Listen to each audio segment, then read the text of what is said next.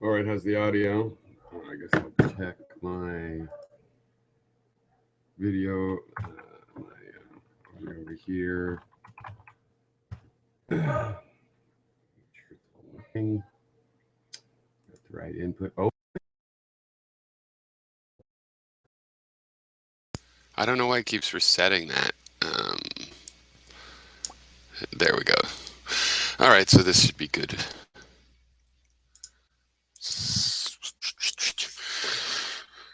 All right, sorry for starting late. I almost didn't start at all. I I had this crazy test in C++, which I programmed in C and C++ for 14 years, and I think that's about right. And then I've used it full time, and I've used it since then. But it's been a long time since it was my primary language, and I had a test in it, a 3.5 hour test online. Oh, it was gruesome, but it helped me prioritize some things in C++ that I should learn if I want to use it regularly. So anyway, I'm sure everybody cares about that.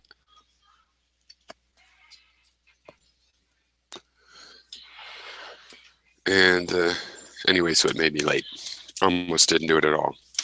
But I have been thinking about some things, and I know when I am late and stuff like this that it can affect whether people know it's going on or whether they show up, things like that. But let's see. So there's that. There's that announcement. Okay, so I can see any answers. Right. So, yeah, there's various things going on. I mean, the main thing in the comments and in this ongoing conversation about inner city crime, there's been a couple things that go back and forth. Now, I believe that there's a couple things going on here. One, I never said there isn't a cultural factor of any sort of activity that you can take statistics on. I mean, a culture is producing these statistics. If murders are higher in the United States, there's probably a cultural problem. That doesn't mean that the cultural problem can't be solved with regulations of some kind and by changing the environment that supports that. I mean, one time in the United States, the culture, was that dueling was perfectly reasonable in some circumstances. And people never thought it was a great thing, really, most people. But people that got mad and whatnot, and okay. So we changed that. And basically, to a degree, the culture's attitude changed. Then they changed the law and sort of forced the latecomers into the culture change, right? And people want to duel each other. They could still do it. They just have to be a lot more sneaky. There's no doing it in the open, and there's no signing a piece of paper that makes the other person not guilty of murder. They'd be considered guilty of murder no matter what. All right, so I've never said it wasn't cultural, but I don't think that goes in the direction of a solution. I also think it's funny because to me, to focus on that is very much like what the same people focusing on that are complaining about with feminism. Feminists want to focus on a cultural issue. They want to say, look, the demographics of rapists, it's men. So men teach boys not to rape. There's a rape culture. They're saying there's a culture that commits rape. It's a rape culture. You guys are saying there's an inner city crime culture, and it commits these crimes, right? It's exactly the same. And I don't see how that takes us very far. Yeah, I think we should look at cultures, but we can't. I'm libertarian. I don't think we're going to have human beings through government telling people what kind of culture to have, right? And it'd be very, very difficult to do so. And again, these same people would defend the violence in video games. And yet the argument against it is that there's a cultural thing, that you're not teaching the culture to be nonviolent. You have a violent culture, spends in the US, and our allies are guilty as well, really partnering with us. We spend way more on defense and war, and we attack more people, and we've killed more people, right? That's a cultural thing. We like spending money on war. We like waging war, evidently, right? Totally is a cultural thing. You can attack it as a cultural thing. I think in that case, obviously, you need to be changing cultures that you're inside of. Right? But really, you also need to be able to reduce this in reality into a situation of individuals. If an individual commits a crime, they are individually responsible. Now, if there's a culture that's generating their attitudes of criminality, or even just forgiving their attitudes of criminality, yeah, that's a problem, right? And you do need to realize that in your own case, if you're perpetuating that, right? But we see how on this anti-feminist side, we have complaints about feminists casting aspersions on groups like all men are potential rapists or whatever. But it's clear that we're hearing that, you know, anybody in this culture, in this neighborhood, is a potential criminal, right? And to me, it has to go both ways, right? And you can't just say, well, I'm more concerned with their kinds of crimes than white collar crimes. I'm not. I mean, people die from white collar crimes. If somebody, when Enron, through its, I think, fraud, basically, but whatever, people, you could just call it crazy economic theories or just crazy ideas. Anyway, there's people that worked loyally and invested their retirement in that company's stock that ended up with nothing. They were going to retire with $2 million and then they had nothing, right? I think that's a life or death situation, right? That's a life or death situation, because how are they supposed to live? Only because we liberals have made some sort of social safety net, right? And I think a lot of wealthy people forget this, that, yeah, you can, or not just wealthy, but I mean self-sufficient people, that we could be self-sufficient. It doesn't mean something can happen right at the end of your career that leaves you in an unrecoverable situation. Right? And the idea of paying taxes to support the social safety net is because you might be one of those people. How about you pay when you have money, just in case you're one of those people? And the idea that, oh no, that would never happen to me, that's just adolescent fantasy. It could happen to anybody. We're all subject to overarching events and world wars and economic and natural disaster.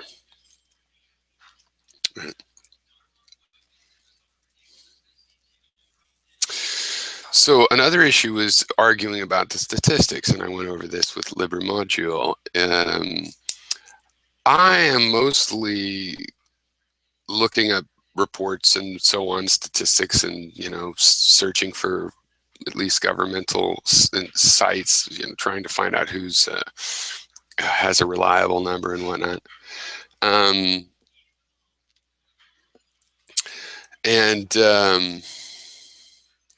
I'm not really in a position to then force the information into you, right? And this is many things we were talking about. I have looked into the statistics and I see more of a correlation, and I just did yesterday again, with poverty and location. Now, it's not just poverty. You can't compare a rural person to an urban person in terms of their safety or economic level being a controlling factor.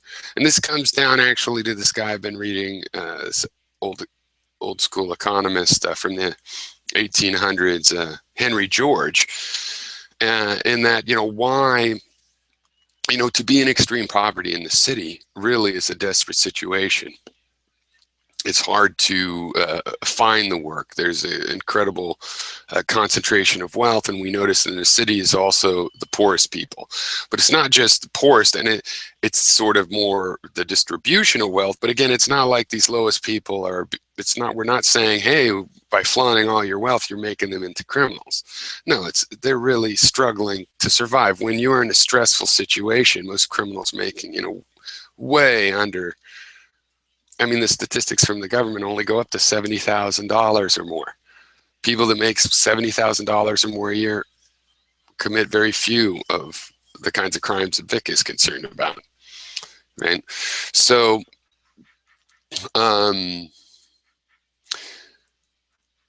that is more of a driving factor, and yet it's not just the poverty level, because as Henry George pointed out, a poor man, the poorest man in the country, can still get a job or even go hunting, live off the land, if not in the old sense, at least odd jobs, and make a living. In the city, you have a much more competitive environment, and what's the real difference? It's the price of land, according to Henry George. So the problem is that all of the benefits of having a really well functioning productive system, more efficient production, granted, you'd expect if you could improve your machinery in doing some job so that one man could do the job at 10, that 9 guys might lose their job. But what's weird is that one guy's salary doesn't go up. He gets the same salary to do all 10 of their jobs. And where does the productive advantage go? Now, classical liberals and socialists would say, tend to these days think, oh, to the capitalists. But Henry George says, no, it goes into the land prices.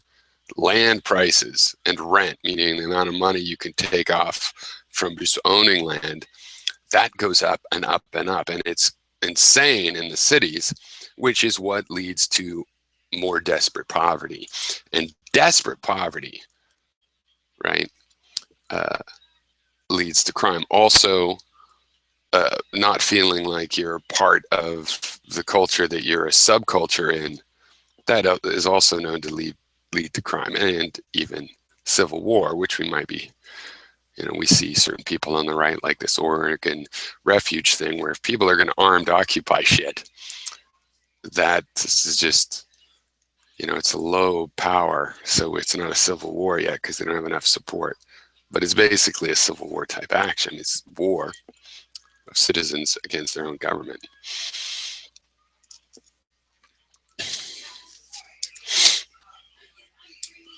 So, another thing is, I think I have this up here somewhere in my stuff. Another thing, similarly, like I have a link here. I just haven't felt like making a video about I'm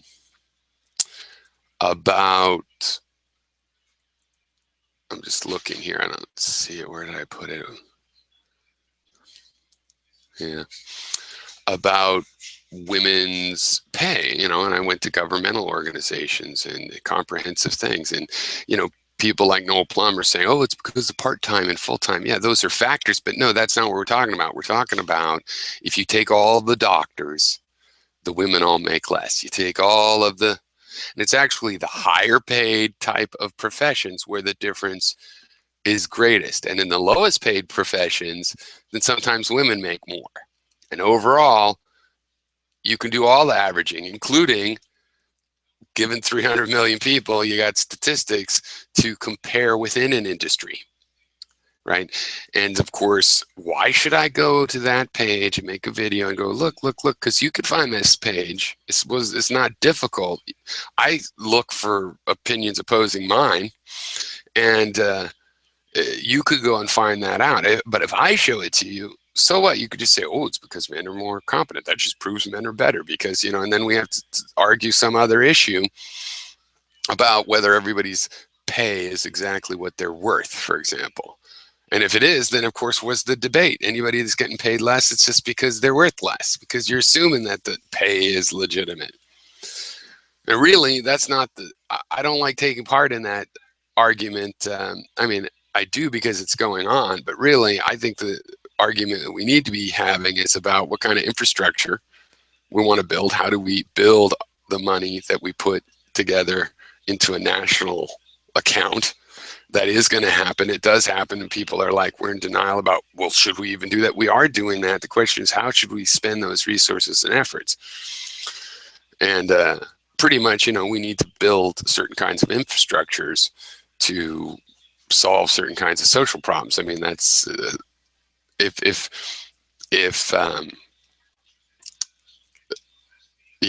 highways is what allows cities and towns to all interrelate, trains and airship shipping routes. That kind of infrastructure is what gives, opportunity. And obviously we have to switch around. I mean, why is the land the most valuable in these cities where there's the most poverty as well and crime and stuff? And the land is still more expensive. And even in those terrible neighborhoods, you could go into the worst neighborhood in New York and the apartments are still more expensive than in just some town somewhere, right? And why is that? And why, with that being the case, is there such a hard situation going on in the city with the crime and poverty? That's the problem we need to solve. And then, yeah, if we have everybody benefiting from hundreds of years of increased productivity, right? And everybody is making more money and everybody has a certain amount of security, at least if they're psychologically stable and willing to work.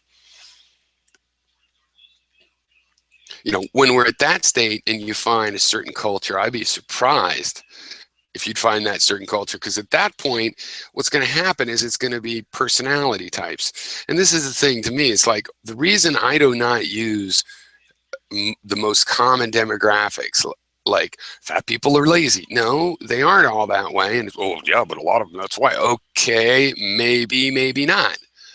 It wouldn't matter either way to me, because the characteristics of an individual are so much stronger than these little hints that you get from the groups that you think that they're in, right? That you can tell, boom, instantly, he's fat, so he's in the fat group and he thinks like fat people. 90% of fat people think the same way. No, that's of no use to me, because I can find out, for example, a classification I do use. I am familiar with ancient Greek philosophy.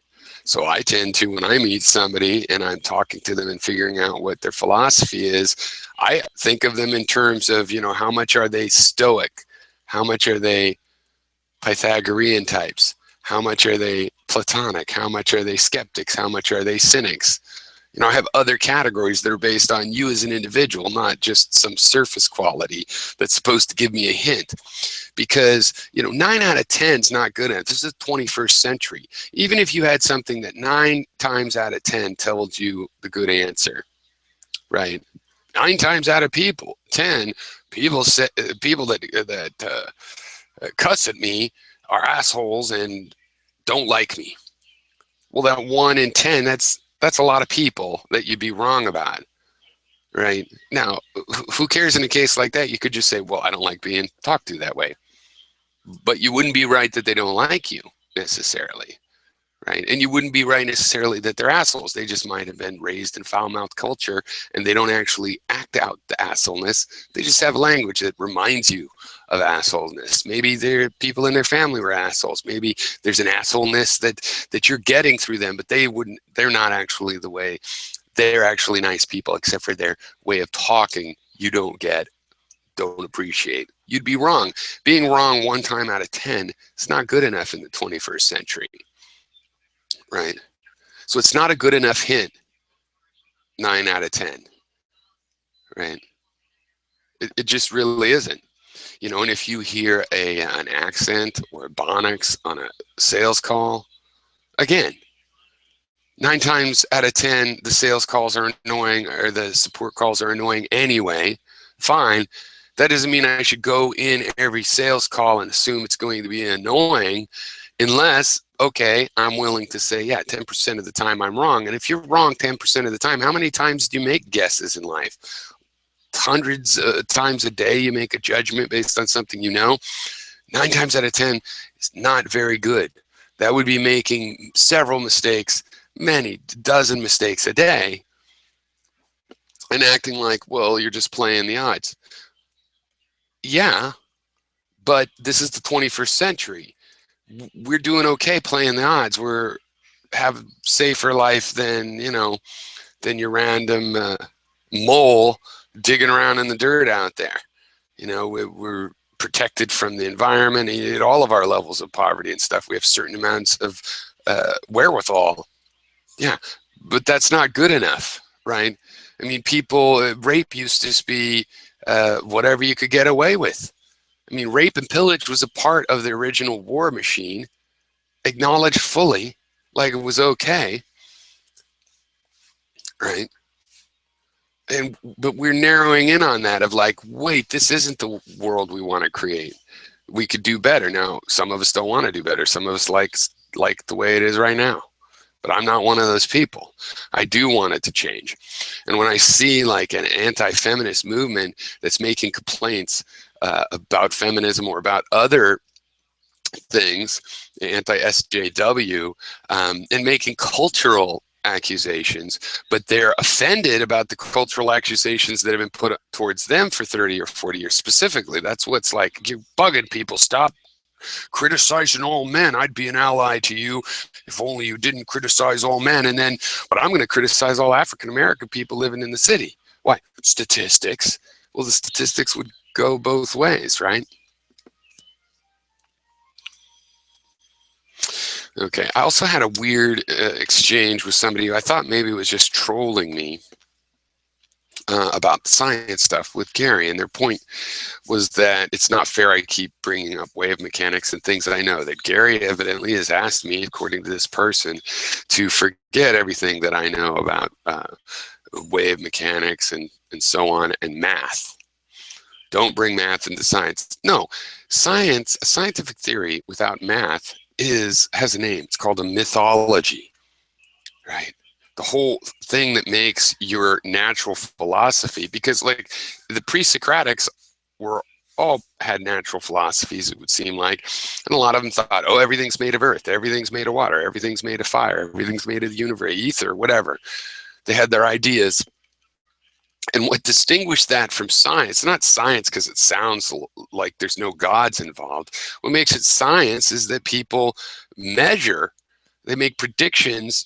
The certain way they think things are has ramifications. You use that to make predictions, and you check and measure. And it's theoretically possible to do without math, because measurement is not necessarily math. But when you start adding measurements together and predicting what a measurement is going to be, pretty much ends up including math. You will develop math. Your math, physicists and mathematicians with physics in mind, applied mathematicians, expand the tools of math to address these kinds of problems of correlating all of these measurements and understanding, what you're looking at, what you're measuring, right? So there is no, but what do you think of this scientific theory without math? It explains everything. It unifies everything, this guy said. Unifies everything without the need for math. No, it's got a need to not have math, because that's the whole point. If you have a shape that roughly looks like a circle, well, I can take measurements. I can use a ruler and a piece of paper or a digital photograph and a computer to find out all the relative positions of the dots in that circle and find out if it's more like a circle or more like an oval. And neither one's going to be a perfect mathematical circle or a perfect mathematical oval, but it's going to be more like one or the other, right? It's going to have similarities that map towards one versus the other, that we can discriminate whether this pattern is a circle or an ellipse. And we could do that mathematically. And you going, I've seen it's a circle. You don't have to, it's a circle. No, if my theory is like, well, wait, my theory says that thing looks like a circle, but it has to at least be a little bit of an oval. Like, for example, my theory is that, let's say my theory was something I think we all accept, that you can't, hey, that you can't, I'll just finish my thought here. Hi, Vivian. That you can't, that you'll never have a perfect circle in reality. You can find that out just with with a magnifying glass or a microscope, that circle is imperfect, right? You could check that. That's what makes it science. If you can't check it, and you can check it without math, then fine, but after a little bit of checking, you're going to end up needing math. So yeah, it's ridiculous. If Gary really had asked me to forget math and judge his system that way, I'm not even saying Gary said that, because that's ridiculous. So anyway, I just went through a few things that I've been thinking about. What are you thinking about? Oh, me? I'm thinking about a conversation I had earlier today with a friend of mine who's pretty well up on Middle Eastern society. Not Middle Eastern himself, but he's just read into it a lot. And I'm coming to the realization that I can't really keep expecting him to keep holding my hand through every explanation. So I'm going to have to read up a bit, especially on the different ethnicities and sects of Islam. But that's one of the main things. It's all well and good if you've got sort of your basic philosophy down, as I think I do, but sorry. And I think that my arguments there are pretty good, but you're always going to seem a little weaker if you don't have the background knowledge to support that, even if the additional evidence doesn't really change the underlying philosophical issues. But that's something I'm probably going to have to get better at, even though it might seem somewhat irrelevant to overall notions of interventionism and non-interventionism. It's good to have that extra information. Shows that you're not just generally applying a school of thought without paying attention to the particulars, which, to be honest, I have been doing. Not erroneously. I still don't think that I'm wrong, but maybe I'll find that out. Hopefully not, but we'll see.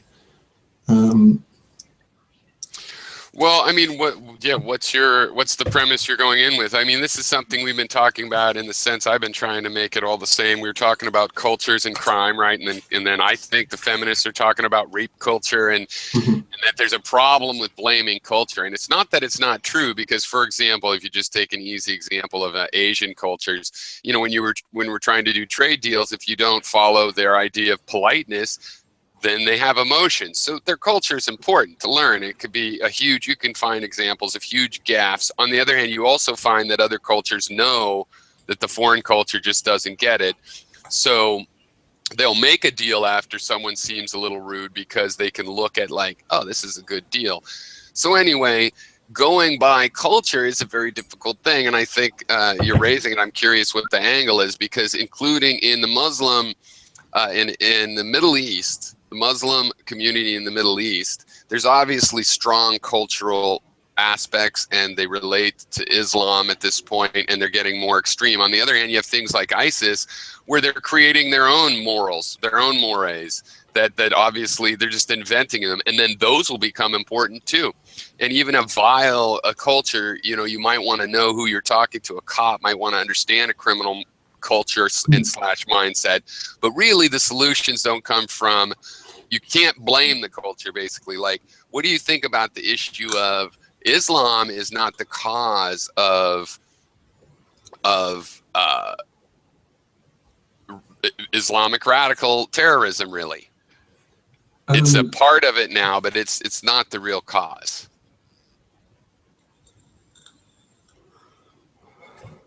My personal opinion is that it's very similar to maybe I'm drawing more of a comparison than is fair, but I think it's a fair comparison. I think that it's very much the same as trying to draw a comparison between Catholicism and the IRA or the other violent Republican movements, such as Serra and so on, that were more active, not so much in recent history, thankfully, but were previously much more active in Ireland. Right. I think that, yes, it's true, there is a contingency within Islam for, oh, I'm not welcome now, am I? No, I'm kidding.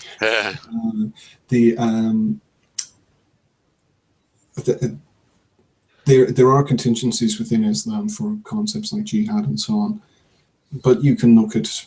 I mean, I know that the Muslims Against the Crusade, who were actually very radical in Britain, highlights, at least by their namesake, at least I understand by their namesake, they highlight the point that yes, there are Christian traditions, or Christian tradition will adapt itself to suit a more militant stance, as it did during the Bush era, George Bush Jr. era. If you ever saw that film, Jesus Camp, that's just one example of a particularly extreme example of indoctrination. But you know, there would be other, in many cases, lesser examples. To be fair, I think with ISIS, sorry, ISIL, I think is the term we're using now. They seem to rotate around the names. I don't like using the term self-styled Islamic State. I think that's a bit of a mouthful. And calling it Islamic State is just on its own. I'm all into using this name they don't like, but I keep forgetting it.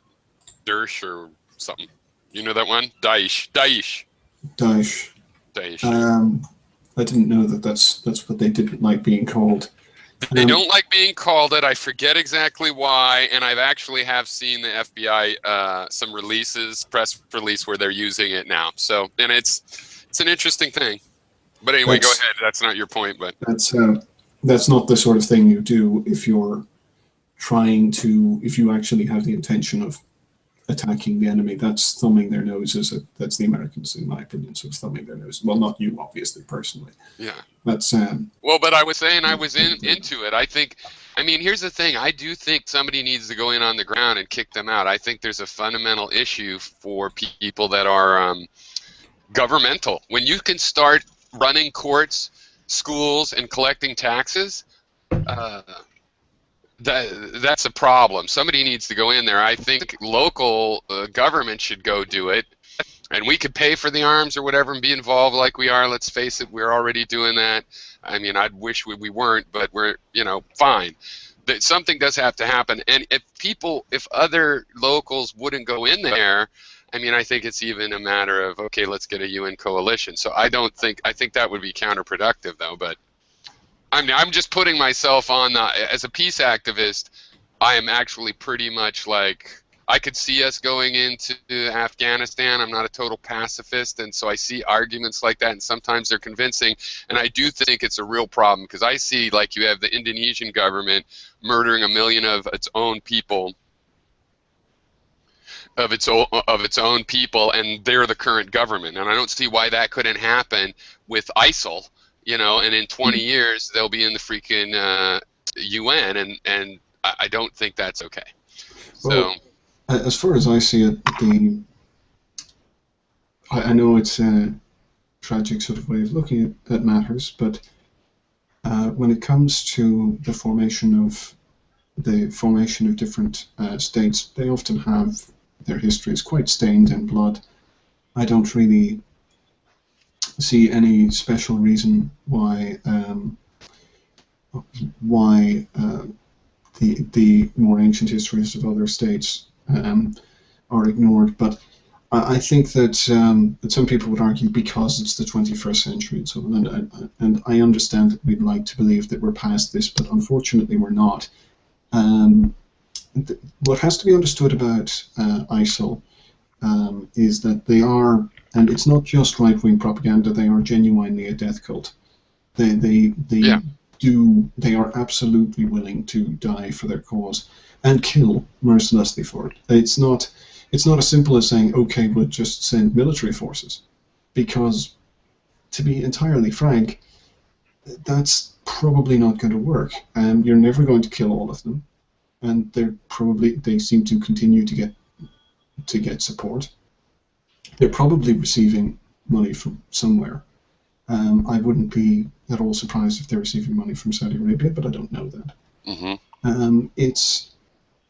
I think, to be honest, letting them burn out is the best option, and I know that's not a pleasant option. I know it's certainly not a pleasant option for the victims of their. But wait a second. But here's the thing. Here's the thing. So let's put it this way: Iran had been demonized. It's pretty clear to me we screwed Iran over. Iran has a very strong culture, and in fact, even when driven to this level of fundamentalism, they have reinstituted as much democracy. You know, again, Yeah. I'm kind of pro-Iranian, but even if you don't want to be someone else doesn't want to be pro-Iranian compared to North Korea.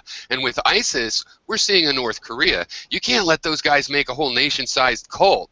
You know, Nazis and the North Koreans, there is a difference. Even the Indonesians killing all the communists and enemies of their revolution or whatever, as bad as that is, it still isn't quite the same thing. So I could see letting things burn out, but there's a level of, again, I think it's fundamental how much control you have once you get to make the schools and collect taxes. You know, not to mention all the other little things, tolls on roads, whatever you want, but just this, having the, really, it's almost just a philosophy thing. Like, if you have jurisdiction, that's a different thing. You can't let a cult have jurisdiction, right, over non-members. It's going to sophisticate itself over time. I genuinely believe this. Like any conventional state, I think that it's not as simple as just saying, oh well, right now it's a death cult, and that's just how it is. Yeah. A lot of states form this way, and then they gradually sophisticate over time. Right. And put in place all sorts of different legislation. Case in point, they killed one of their soldiers or commanders or something for smoking. One of their officers was killed for smoking because he was violating a very strict interpretation of halal lifestyle, and that's that they did that. You know, it's like, oh, you're endangering your health, we'll go ahead and kill you. They're perfectly capable of coming up with very arbitrary ways of running things, and I think they will inevitably see that. What we can do is try to reduce the amount of, reduce the influx of, first off, fighters into that region, and try to get as many refugees out of there as is humanly possible, and also prevent sex trafficking in particular from occurring there. I'm concerned about that, and try to cut supplies. I mean, if you cannot fight an army directly, what you do is you cut their supply lines. You cut their supply of personnel, you cut their supply of oil and fuel and so on. I don't really have a problem with that, but it's a bit different when one talks about allowing the enemy to restock and going into a more active and localized war. That's not going to be good for the local populations or even the removed populations like the Americans of the European Union or whoever else. It's just not. And we have to consider the fact that this is not happening in a vacuum, even though it's quite removed.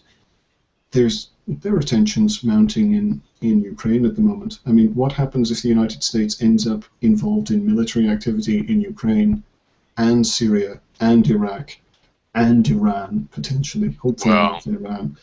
I think we have literally no right to be over in the Ukraine whatsoever. That's totally unjustifiable.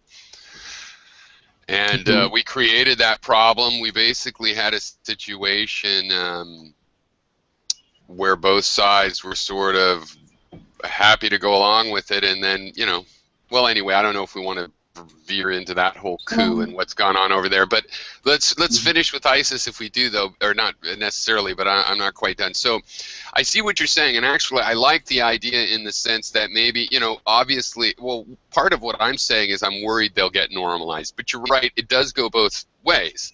You know, if things get normalized, I mean, North Korea is an amazing example of remaining that isolated, that anti-normal in international affairs, many generations. So it does normalize.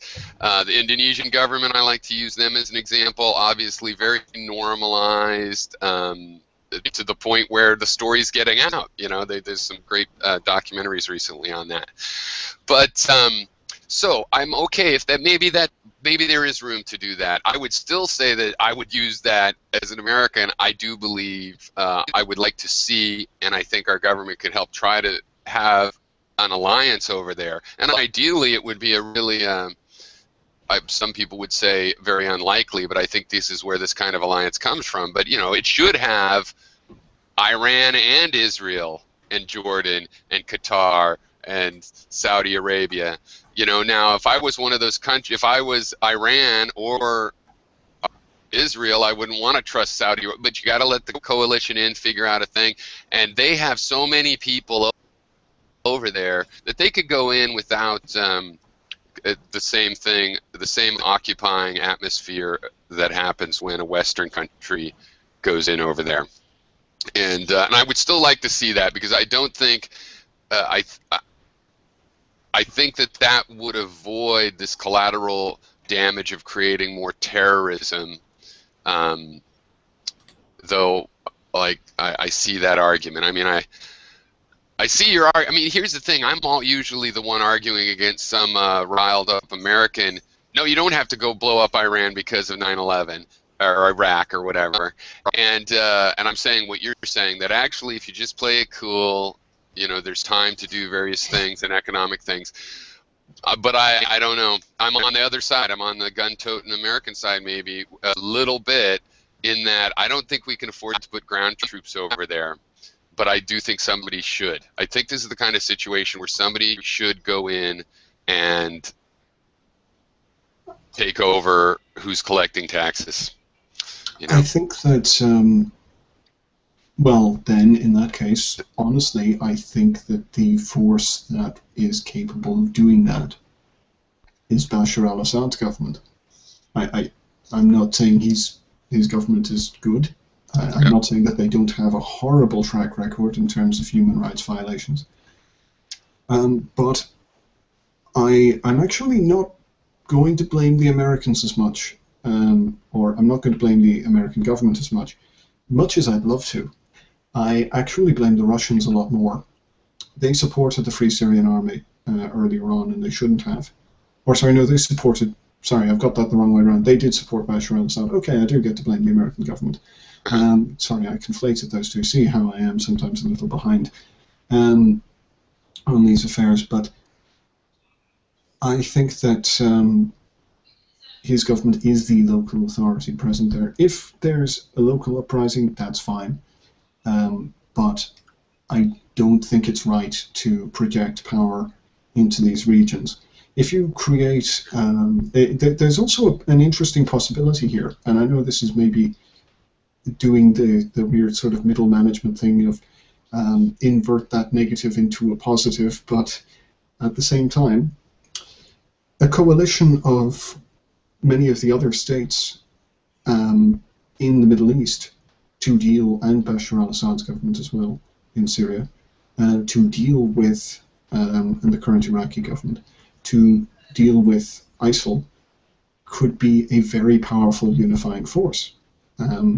It wouldn't require the different forces to necessarily de-escalate their militaries or demobilize or whatever else. Could be quite the opposite, but at the very least, it would remove some of the hostility towards each other, potentially. I think that that's a possibility. Yeah. Having said that, I mean, it comes down to military strategy at this point. I frankly don't see. I'm making it sound like a military solution is the obvious one, and I'm not really convinced that it is. Nor am I exactly sure how a blockade would work.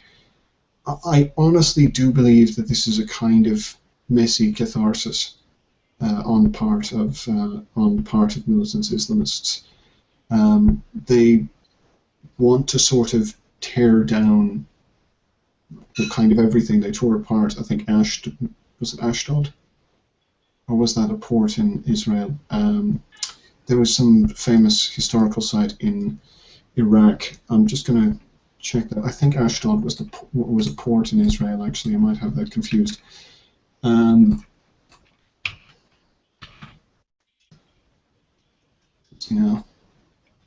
Yes, that's a port in Israel. I forget the name of it, but they destroyed an important heritage site in Iraq. These guys don't. And now I'm informed that that's not an especially uncommon thing in Arabic conflicts. And in fact, it's not an especially uncommon thing in the history of European conflicts either. If you look at places like Dresden, or not Dresden, Arnhem, for example, or the various sackings of Rome throughout history as well, that there's a precedent there. I think it's difficult to assess ISIL by contemporary philosophy. I think that they're intentionally quite, I'd like to say primitive, but I'm maybe more inclined to say futurist. They're kind of just about annihilating things that they disagree with. Honestly, it's maybe one of the most convenient things for the West right now, because A, it creates an awful lot of propaganda that provides an antithesis to Western government that makes Western government look great by comparison, which it isn't. But also, it takes some of the Muslim extremists out of Europe. But then again, that depends on how you want to look at that. It's also a loss of people who may otherwise have not become militarized. So that's a complication as well. I don't really know what to make. So sorry. Go ahead. You can finish if you want. I was just I just had a thought that brings back to what the question was. So I was saying, how much do you think the culture of Islam is causing this problem? And use an example I used a lot, where it's like, the Catholics, that when they were bombing things, and the Republicans, whenever there was an action, there was a lot of religious rhetoric, and you could have focused on that, but everybody kind of knew. And in Islam, you have examples of the Ottoman Empire, the Crusades and whatnot. We were the more religiously radical one, but they were pretty imperialistic. It's like, anyway, not to get into that. So you seem to agree with that, but that says what? That then we're seeing this radical Islam because as a result of what's causing the radicalization, not because of Islam per se, even though of course it has violent things, like all of the Judeo-Christian and most religions have some violent lessons you can pull from. So what do you think is the cause then? Or am I correct that you and I are kind of have a similar view that like you're trying to learn these differences? It's important. You don't want to insult someone or think two groups that know the differences between themselves are the same, right? But it's a symptom. It's more like that, not insulting someone. You want to know what they're thinking, but in reality, it's not the cause, right? So, I mean, you do agree with that, or? No, not exactly. I think that in terms of looking into the ethnic divides, you end up seeing places like Iraq where the divide between Sunnis and Shias, for example, played a very pivotal role in a lot of the hostility which came about both during and after the fall of Saddam. That seemed to be quite relevant. Yeah.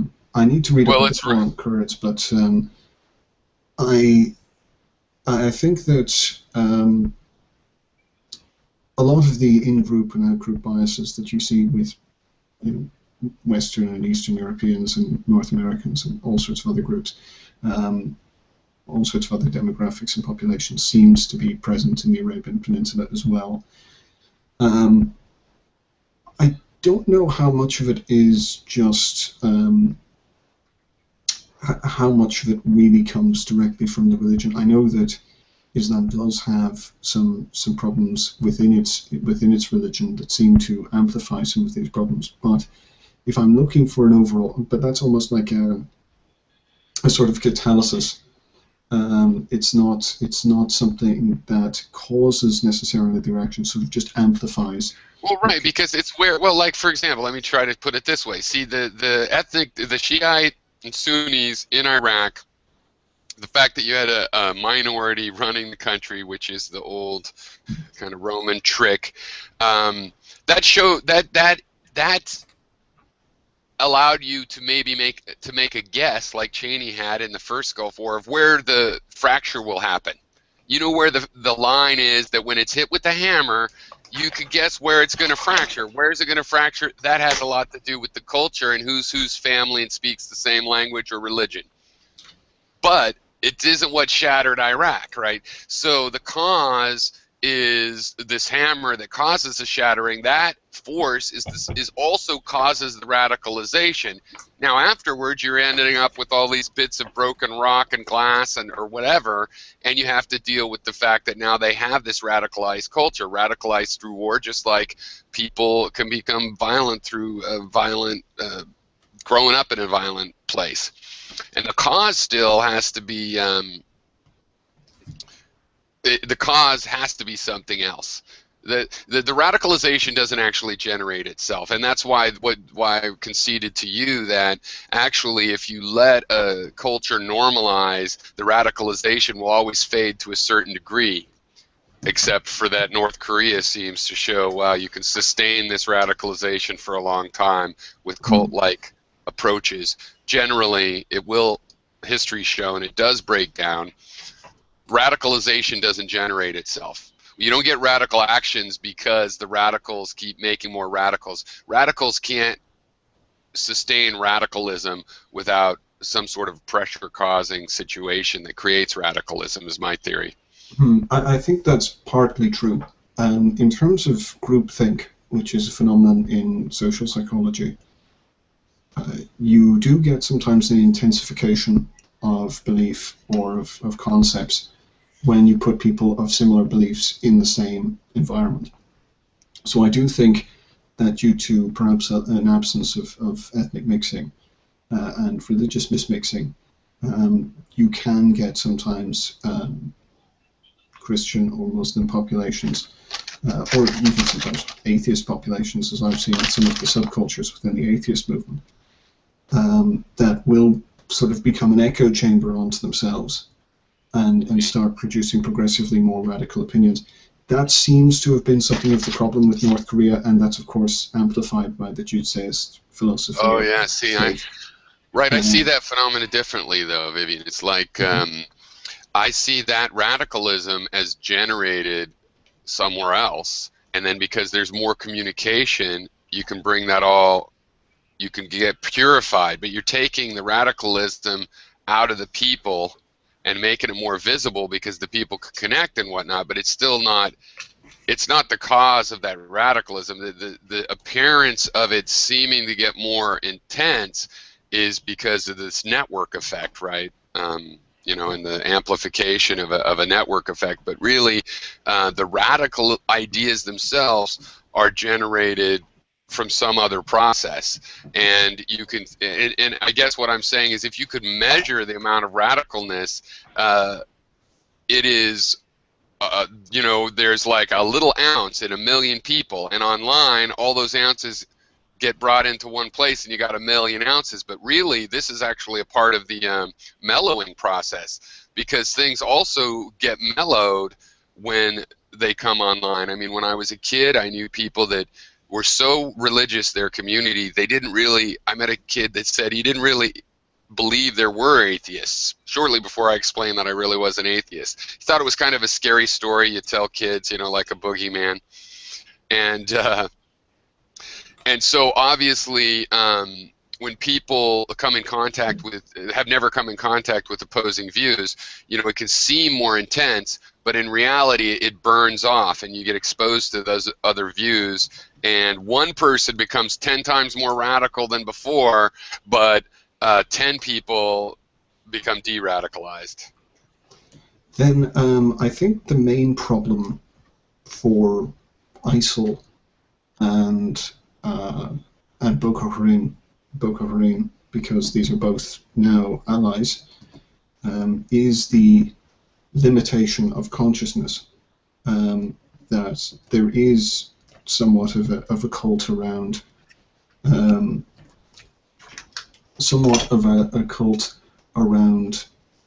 a particular text more exclusively.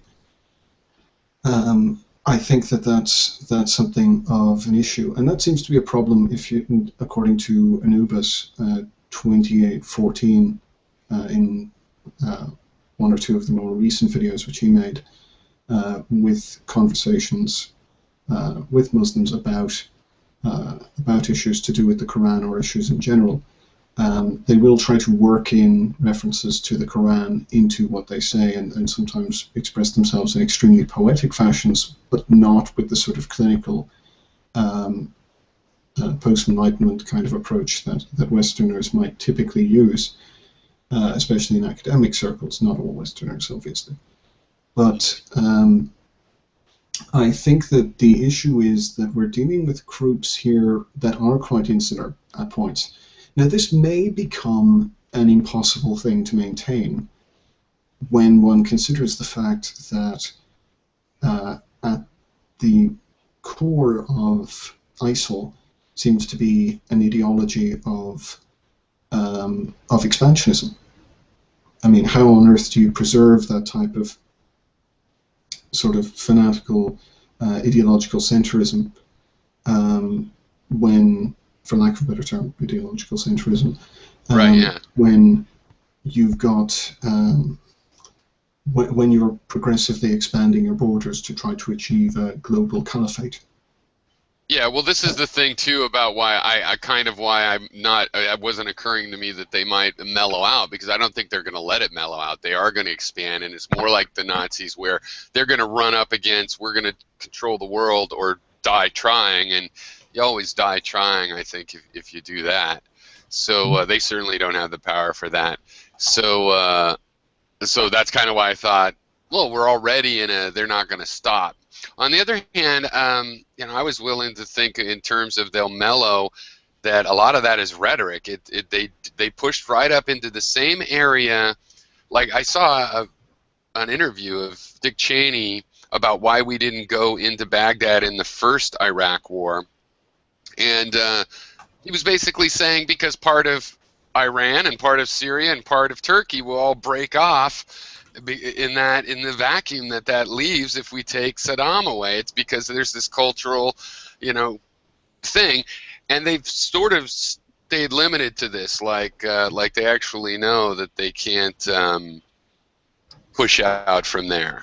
So you know, and I think one solution might be, like, if we did go in there with international forces, or not we, hopefully, but like let's say Iran did, you know, it might be that this is not a matter of giving the part back to Turkey and Syria and Iraq, but maybe it really should be an independent area, just not run by ISIS. Yeah, I think I understand where you're coming from. Maybe there should be more of a mix there. I think the key mistake that I've been making about the Middle East, and I suspect I'm not the only one who's made this mistake, probably not by a long shot, is that of assuming that the Middle East is this harmonized alliance of different Arabic states, with the exception of Israel. And that's simply not the case. Oh yeah. These are not necessarily peoples or politicians, because politicians aren't people. No, they're not necessarily on good terms with one another. From what I gather, I don't think Saudi Arabia is on the best terms with Iran, for example. There's a lot of conflict there that maybe is sort of under the surface, but it's not something they necessarily are going to go to war with each other about. So that is one of the bigger issues towards a sort of lasting peace. They do have other things like the Muslim Brotherhood and different sort of international organizations, but it's not really at the same stage as, say, for example, the European Union would be, or perhaps even. Yeah. Well, I mean, sure about that. Yeah, to me, I guess I know what you're talking about, but it's almost surprising to me if anybody thinks that there's any kind of a unification. I mean, at all in the attitudes. I mean, not even in in the countries. And certainly, probably you've learned and you're oh, by the way, I want to say, hey, Damaged Soul, and you can unmute yourself if you want. You're on the broadcast. You can unmute yourself at the top of the screen if you want to talk. And people come in here, and I gotta put them up to broadcast, but I did that. Yeah, no, I'm sure you've looking into this. You've found that the whole Shia and Sunni thing, that difference goes back to like right after Muhammad died. So that's pretty significant, just because they think it's significant.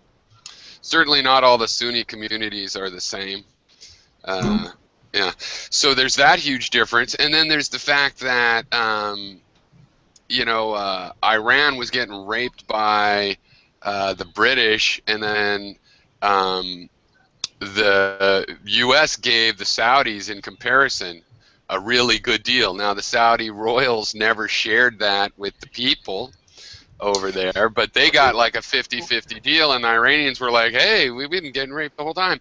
And this created a problem. And then the fact is, the Saudis created radical Wahhabism or Wahhabism or whatever it is. I always get it wrong.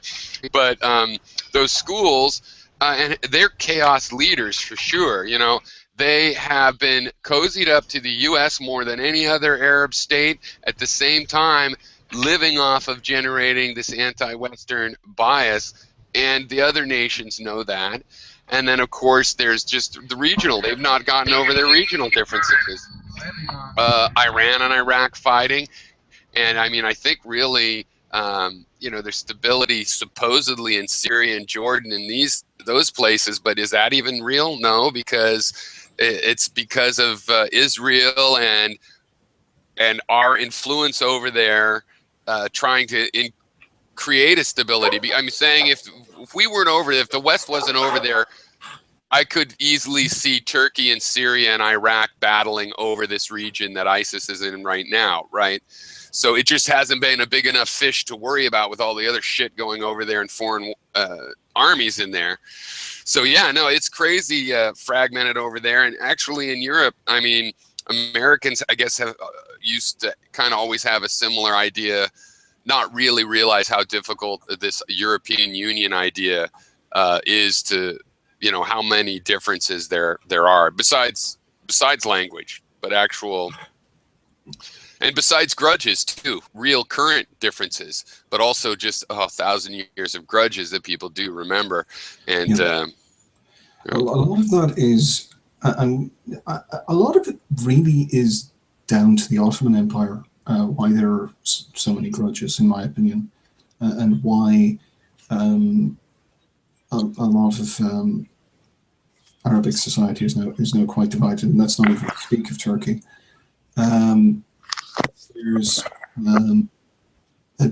You had a lot of different groups in the Ottoman Empire, and really the key thing is that we learned by this that not granting these different groups autonomy at an initial stage seems to have generated conflict between them, or made it harder for these different groups to cooperate over time. And I think that that's one of the major drawbacks with getting different parts of the Arabian Peninsula to get onto better terms with one another. I would actually disagree just on one point about the sharing of wealth by Saudi Arabia, as much as I'm sure it's disproportionate by comparison to the amount of capital that the state takes in. They have actually got a very, very generous welfare state, from what I understand. So that's they do seem to share some of their oil revenue to a pretty significant degree. Well, but no, it's not nearly by comparison to the probably immense wealth that their royalty has. Well, and it's not just them. If you look, they have the highest per capita type of incomes over there, but also the biggest, class division of poverty and wealth. And it's really true of a lot of the places everywhere over in the Middle East. Oh, but I will stand by it. But then again, it's not the strongest issue. I mean, I think the bigger problem with them, I do have a problem with them.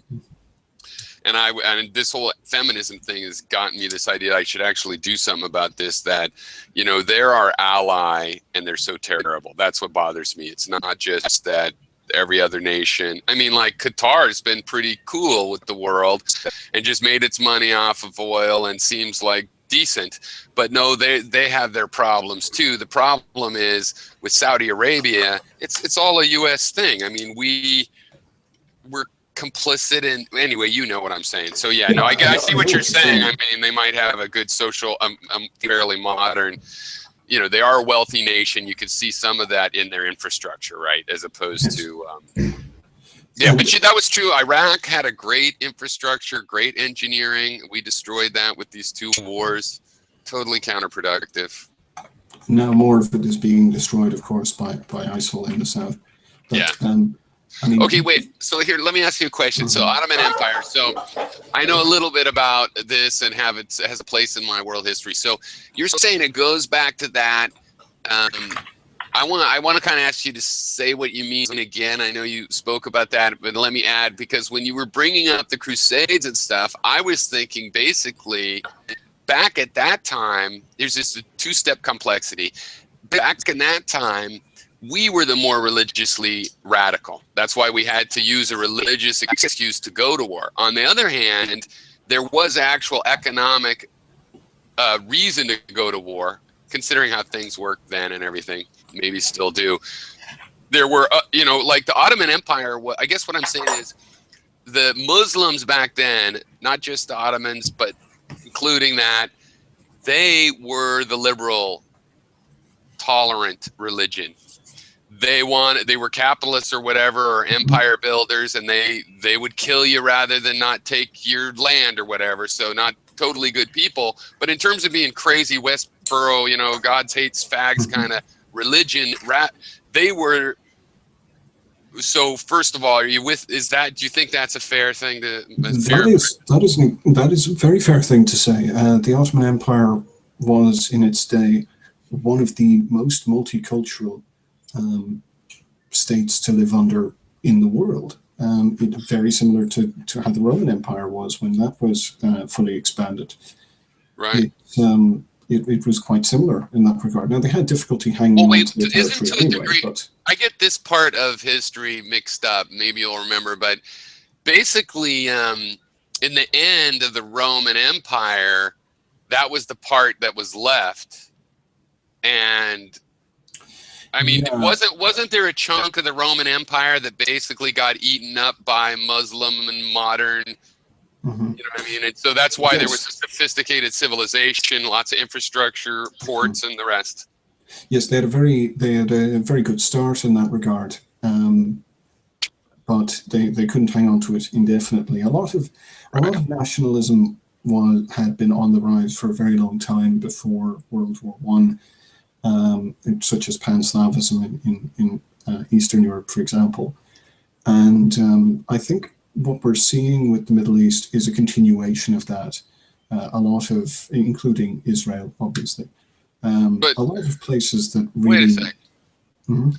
So if this is great. I mean, if I can interject, but hopefully not go too long. So, okay.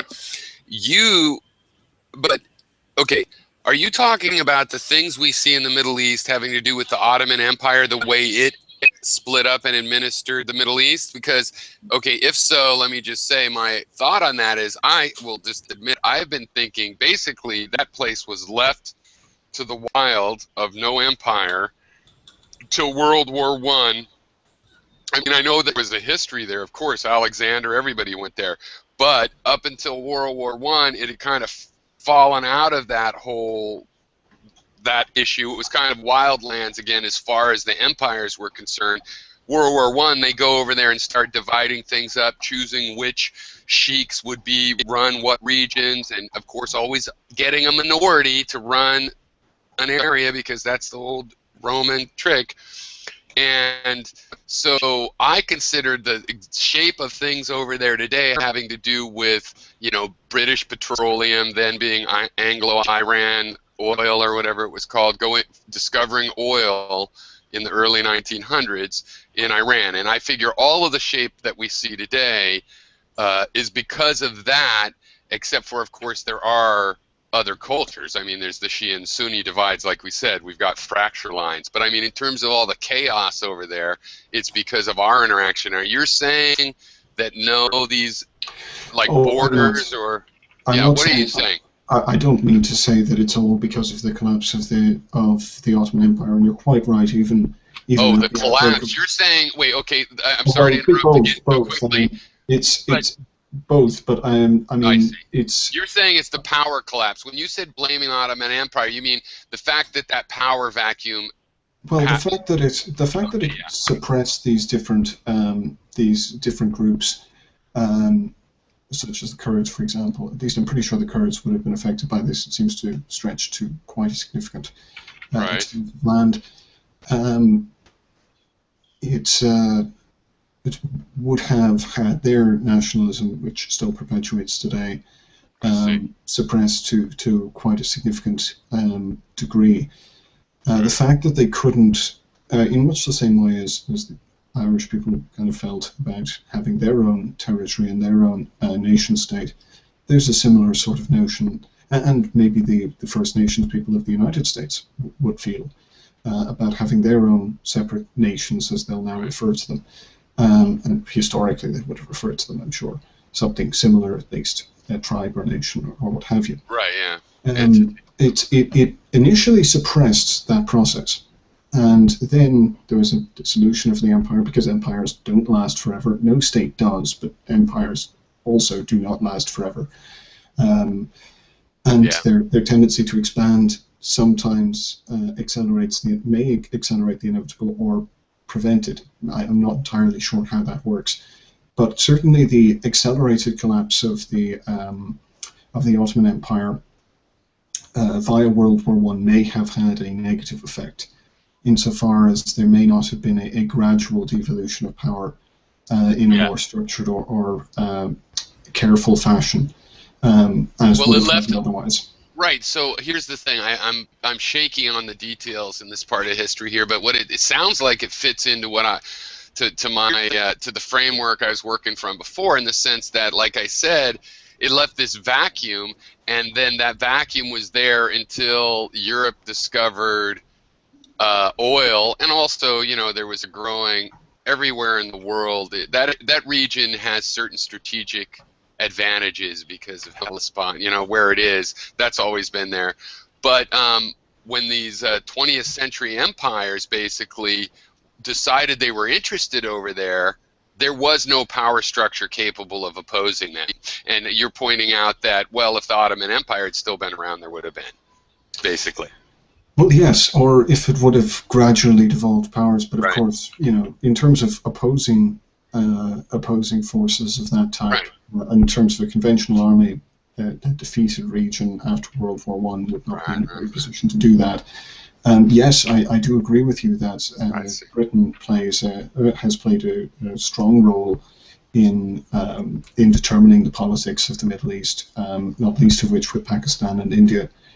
And I think that that's not something that is irrelevant. Also during World War II, in terms of the seizure of the Suez Canal, that was also a relevant factor, though maybe not as much so, but I would still not discount the influence of that.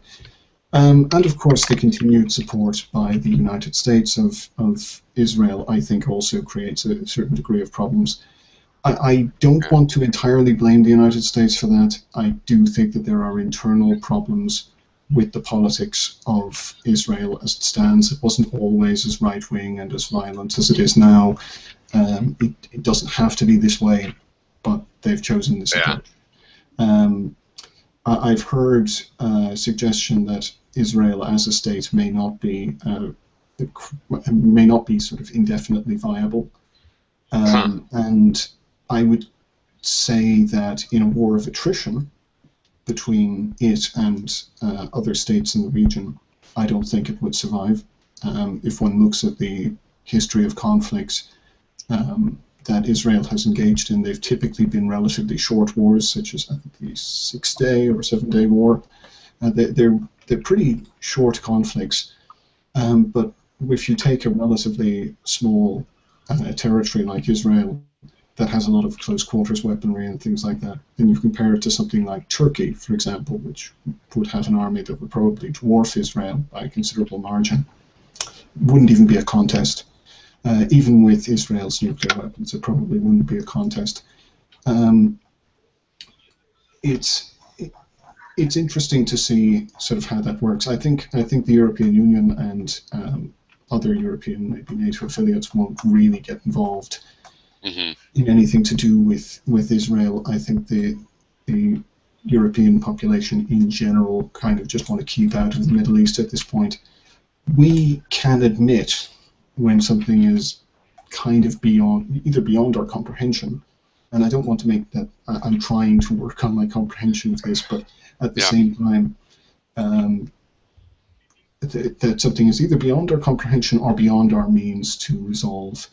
And I think that as a matter of respecting the sovereignty of these different regions, even if that leads to something atrocious, it makes sense to keep it out.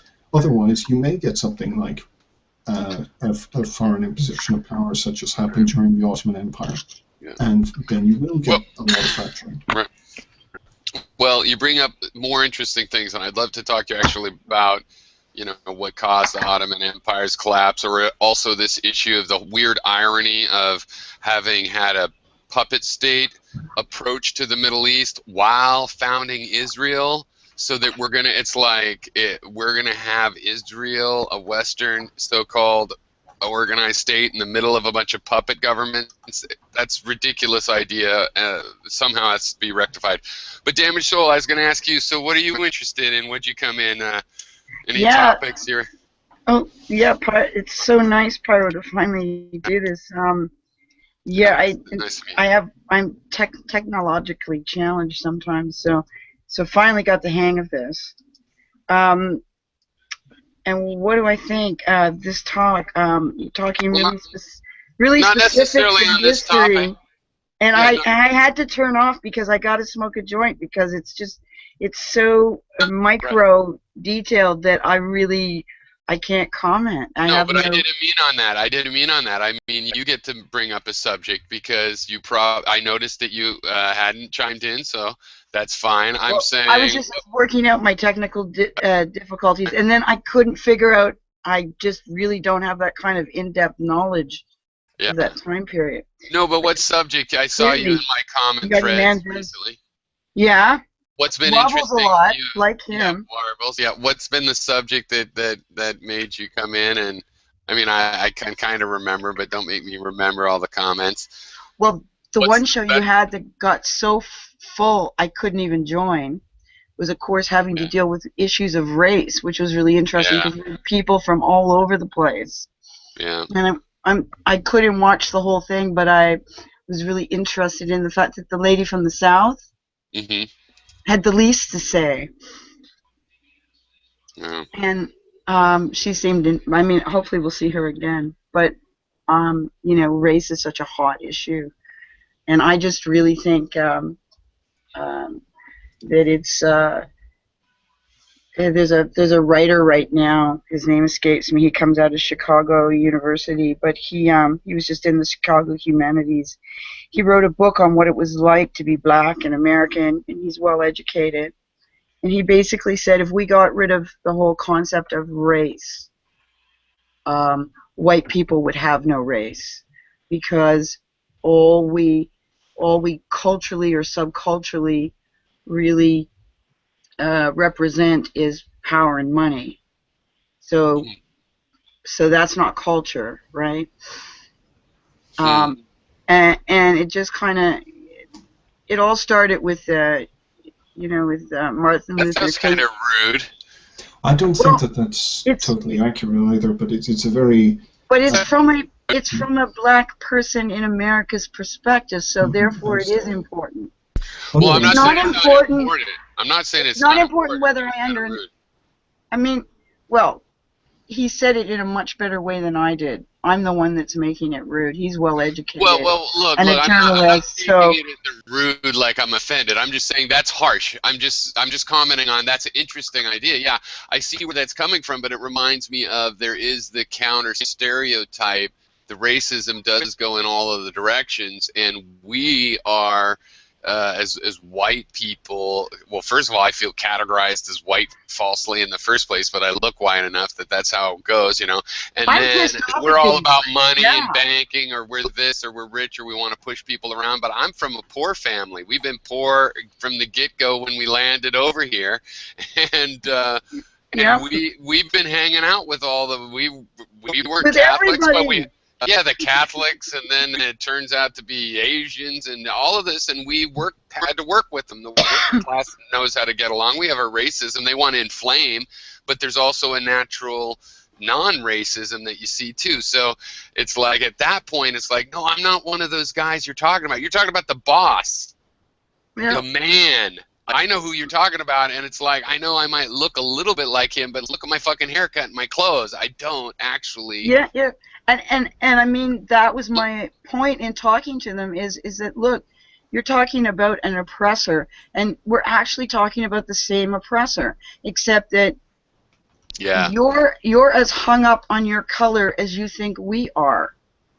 And I'm sure there are a lot of white bigots, but there's a lot of bigotry, period. It comes from being naturally biased. Yeah. So maybe we should get rid of bigotry and not worry about racism. You know what I mean? Yeah. It's like That's what I think, yeah, to a You big know, degree, yeah. the racism is the wrapper around the real issues, and everybody wants to get all dazzled on the wrapper. And Well, you know, are you familiar with, there is a sub-community of activists in civil rights where, and I countered this first, back in the 90s, and I was kind of surprised, but I've seen it since, and people do say it, that actually there was a woman recently that was saying this, I try to figure out the example, but anyway, that to be racist, you have to be in the dominant power structure, right? Whereas if you are in the non-power structure of, say, Hispanic, then you can have a hateful idea or stereotype, and it doesn't count as racist because they consider racism not just that bigotry bias, but also with the advantage of being the advantaged top dog in that culture. you're on the righteous side of the coin. Right, and so you could go ahead and hate it's it. win-win for you. Yeah. Which is basically, that's not my anti-racism. I can tell you're saying a similar thing in this I regard. think it's, No, look, yeah, bigotry is that's- wrong, right? Yeah, it doesn't I work think that's out. totally ludicrous. Anyone can be a bigot. Anyone from anywhere. Well, right. Some people fighting racism are doing so from a point of view of believing in the racial idea. Like, hey, yeah, I'm black and black people are a certain way, but not the way you say, but this other way, and white people are a certain way, and it's the way I say. And really, my view is that no, people aren't all that way. What the individual differences of people is way bigger than the commonalities in a culture. And in reality, like you have, like Japanese or Chinese culture is known for being really, do what your parents say and go to the right school. Well, but they've got an underground. They've got activists. I've met them, and they're incredible. And they're out there. Yeah, Oh, they're really out. Way out there. Yeah. They're outside the box more. They need it more than anybody else. Yeah, and so exactly, and so every race generates all these different kinds of people, and so to me, it just makes race somewhat interesting. But it gets in the way of talking about real issues.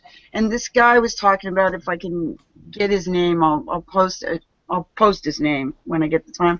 But I mean the point, lost track of thought.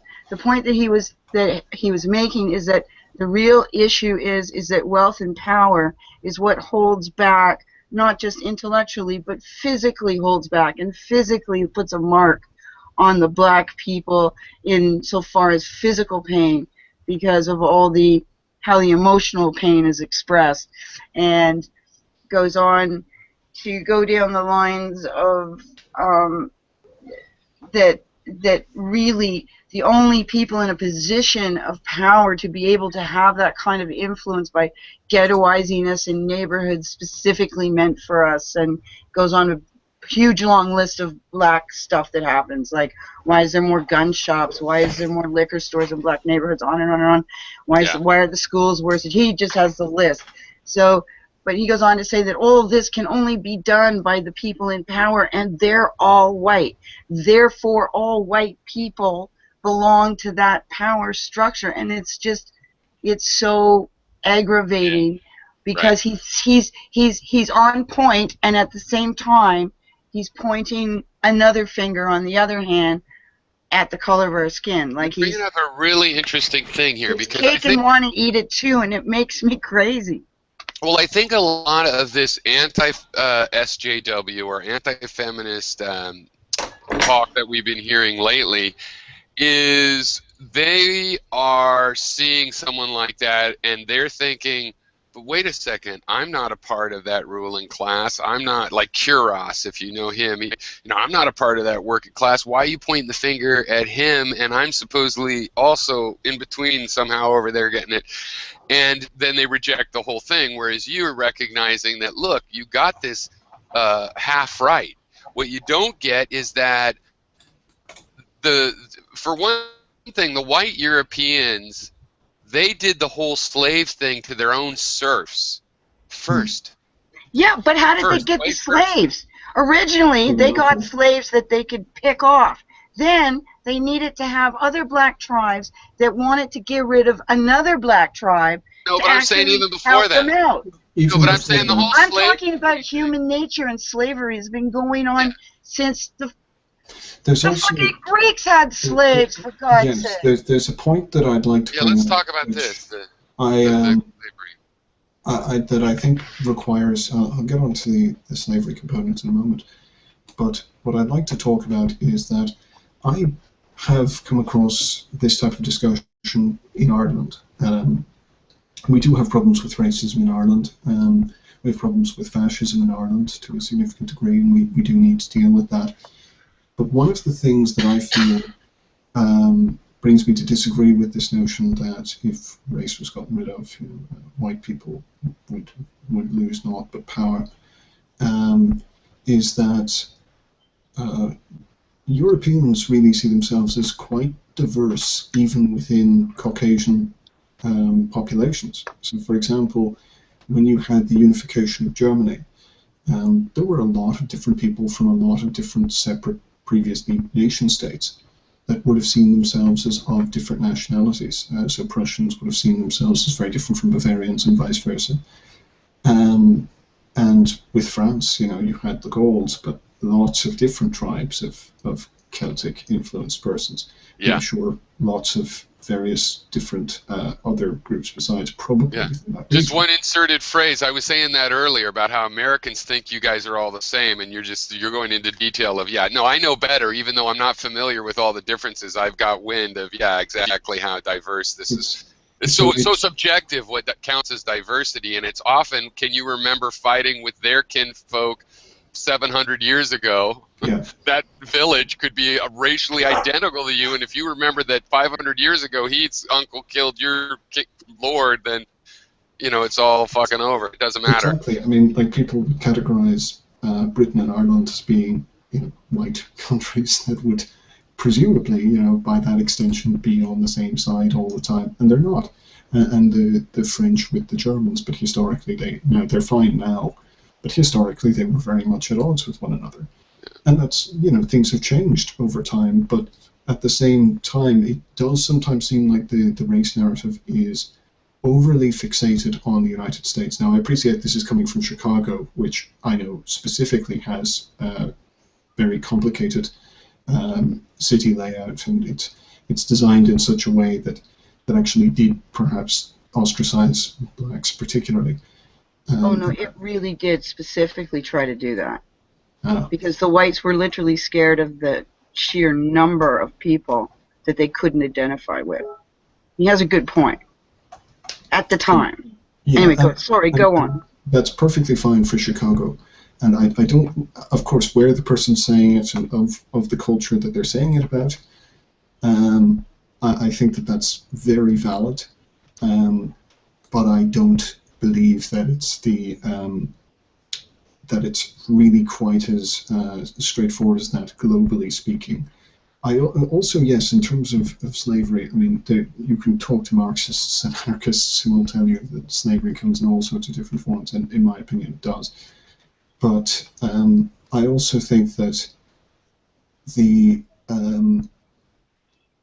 complexity of that slavery, unfortunately, is something that will just sort of perpetuate. It's a problem, from what I gather, in Latin America. I know it's a problem in Asia. It seems to be becoming a problem. We were discussing ISIL before. I'm not trying to get us back onto that topic, but we seem to be engaging in that as well. And human trafficking for construction labor, which could be seen as a type of slavery, is a problem within the United Arab Emirates as well. So they'll go to great lengths to argue that they're offering people opportunity and so on. That's not necessarily, that's not really the whole truth. It's quite fair to draw attention to that, and I think that what's interesting is how nationalism plays a role in this, because in Europe, for example, we've kind of replaced a lot of of racism with nationalism, effectively. It seems to have an interesting interplay there. When you have a very large state, like the United States, you're not talking about different countries. So, unless if you're talking about the First Nations populations who are separate, and they're given special conditions as to where they can reside and what laws they follow and so on. And even then, really, they still get a bum deal, especially by comparison to how they were before foreigners arrived there. But you do seem to then end up with sometimes a fixation on race when you're talking about an expansive land as large as the United States with as many different migrant populations. But in the case of places like Germany and like France and like Italy as well, that only unified. Well, how about Ireland? Do you guys have a population? We have a lot of.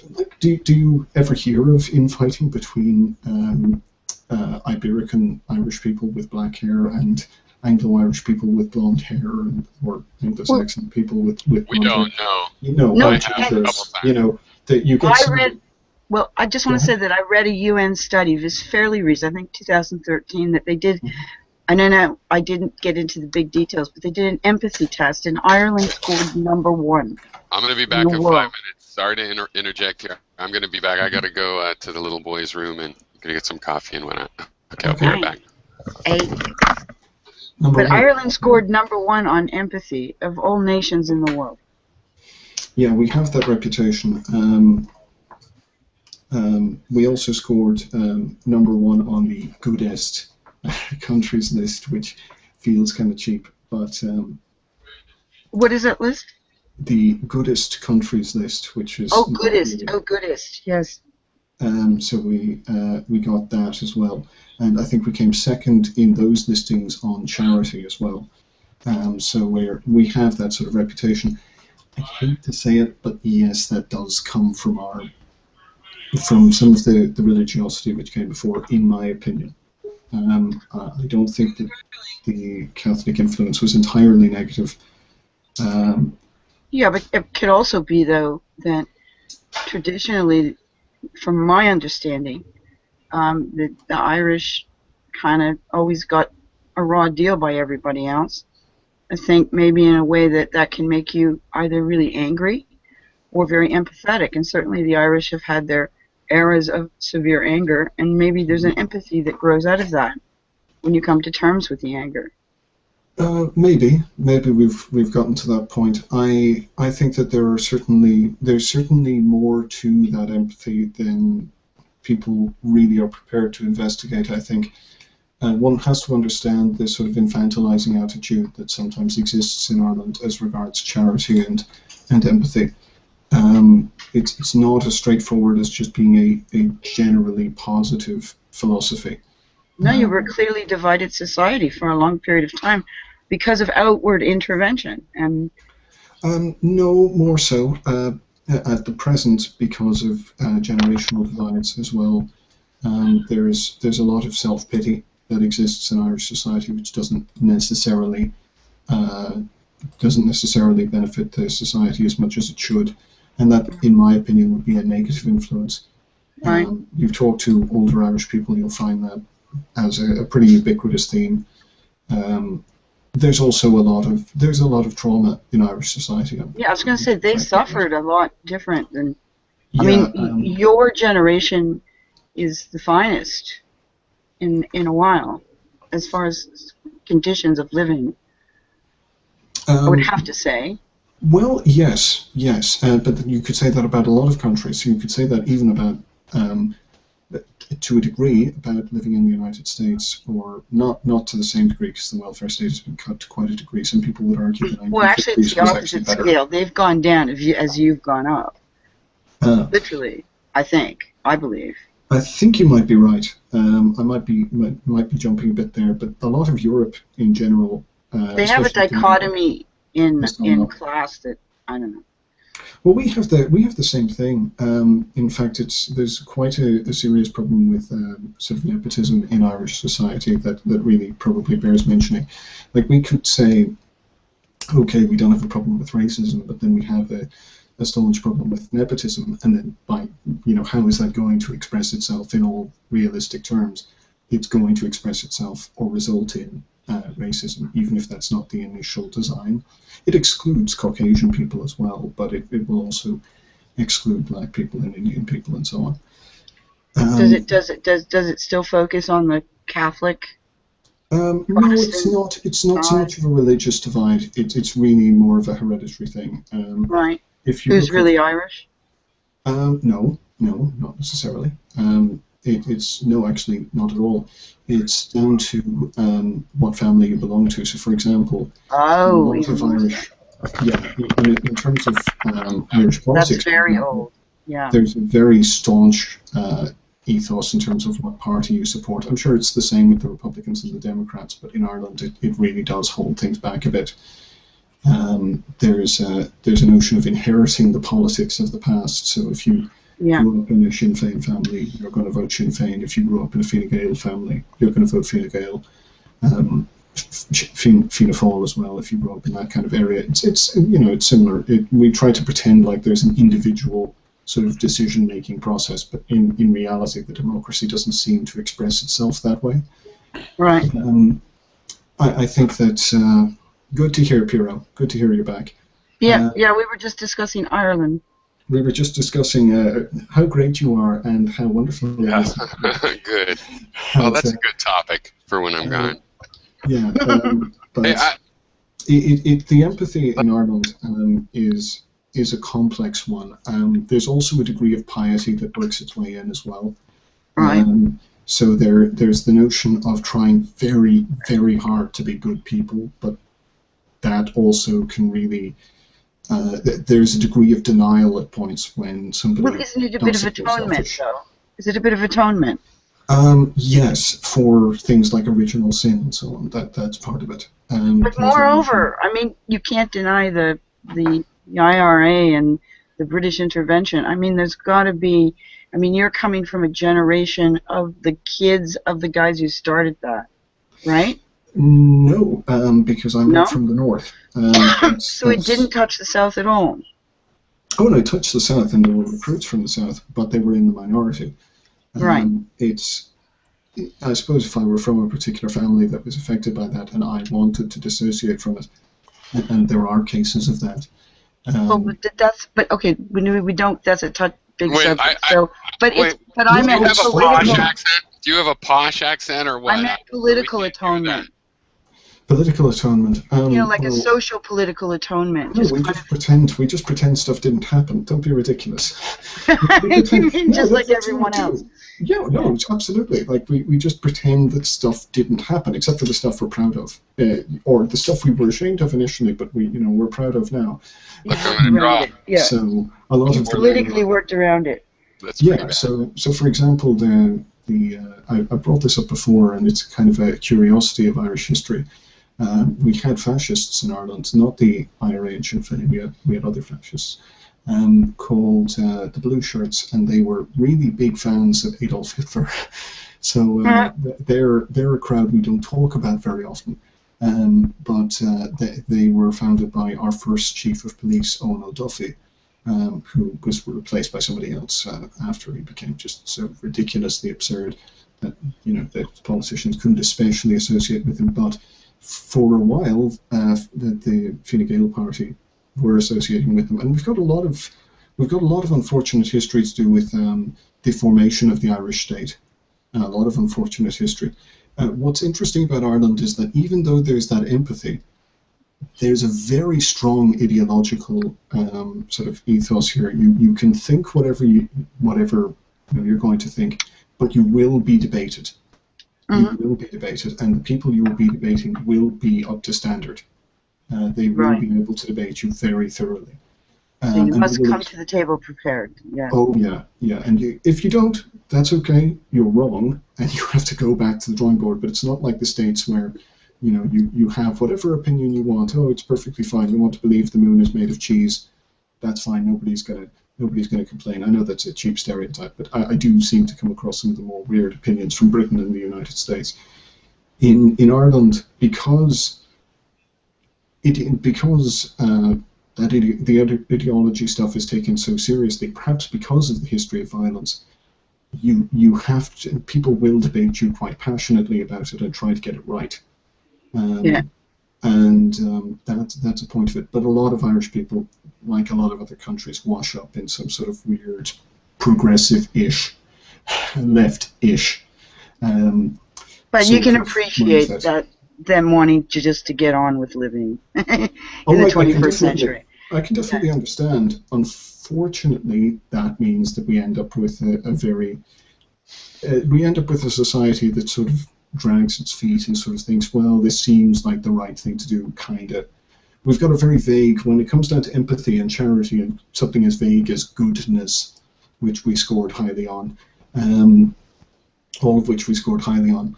These come down to very simplistic understandings of morality at times. Right. We're not. Well, they're also on questionnaires too. So. I read recently. I was reading recently. Henry George was talking about. He said in the potato famine that Ireland was still exporting food. Oh yeah, we were. We were, because that was privately owned food. How dare you take it away from the market economy? Well, his whole argument is that the people that are he says that the capitalists and labor is not really opposed to each other. That's a falsity, and that it's really the capitalists and labor together that are versus the landlords, and the landlords are the ones that basically steal all the potatoes when people are starving. Well, the potatoes in question were actually not in the possession of the landlords so much. They were on the land, but they were just sort of at the disposal of the tenants, and that's why potatoes were chosen, because they were so rich in carbohydrates. There's actually a particular strain of potato particular variety called lumper, which was eaten at that time, which was I think pretty low on other nutrients, but very good in terms of carbohydrate, and supposedly quite lacking in taste. I've never eaten it, to my knowledge, but that was one of the main strains at the time. Maybe it didn't especially matter as far as the blight was concerned, but it destroyed the potatoes. But yes, there were other crops, plenty of other crops that were more saleable, that were worth a lot more money, probably. That were being marketed sent outside of Ireland. Just the people weren't getting the food.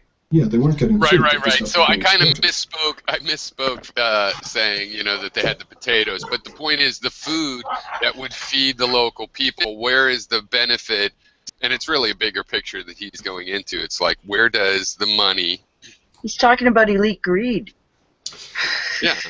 Well, yeah, I mean... he's basically saying, look, if one man can do the job of 10 because of some machine, you could understand why 9 of them lose their job, but why does the one never get a raise from that? Why does he's doing the work of 10 people, he's still making the same living, and he says it's pretty obvious where it's going is the cost of land, the price of land, and in the case of Ireland, when you go back that far, you have real tenancy, and how the you know, the landlord, that person in control of the land, is really taking all of that 90% increase.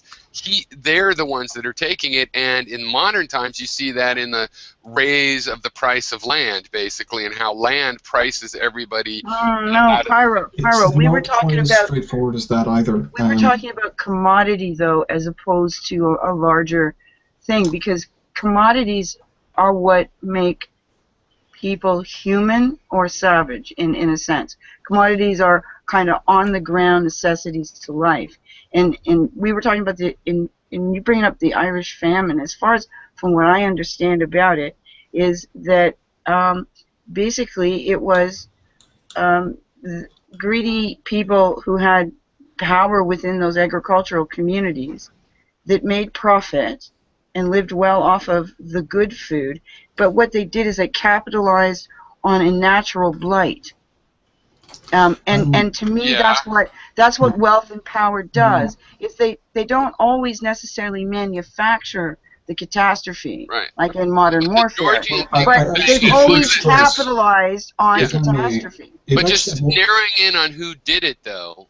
I'm sorry, Vivian. I'll try to be short. So narrowing in on who's causing this kind of problem.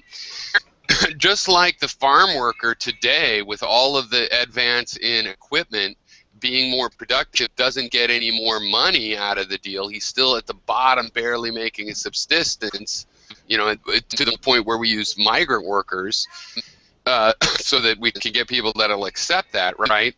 Well, guess what? The capitalist putting in money that turns into the capital of devices and, reaping machines and stuff, they don't get more interest either, right? They still get, 1, 10, 5, whatever percent for that particular kind of a loan that they can get out of the market.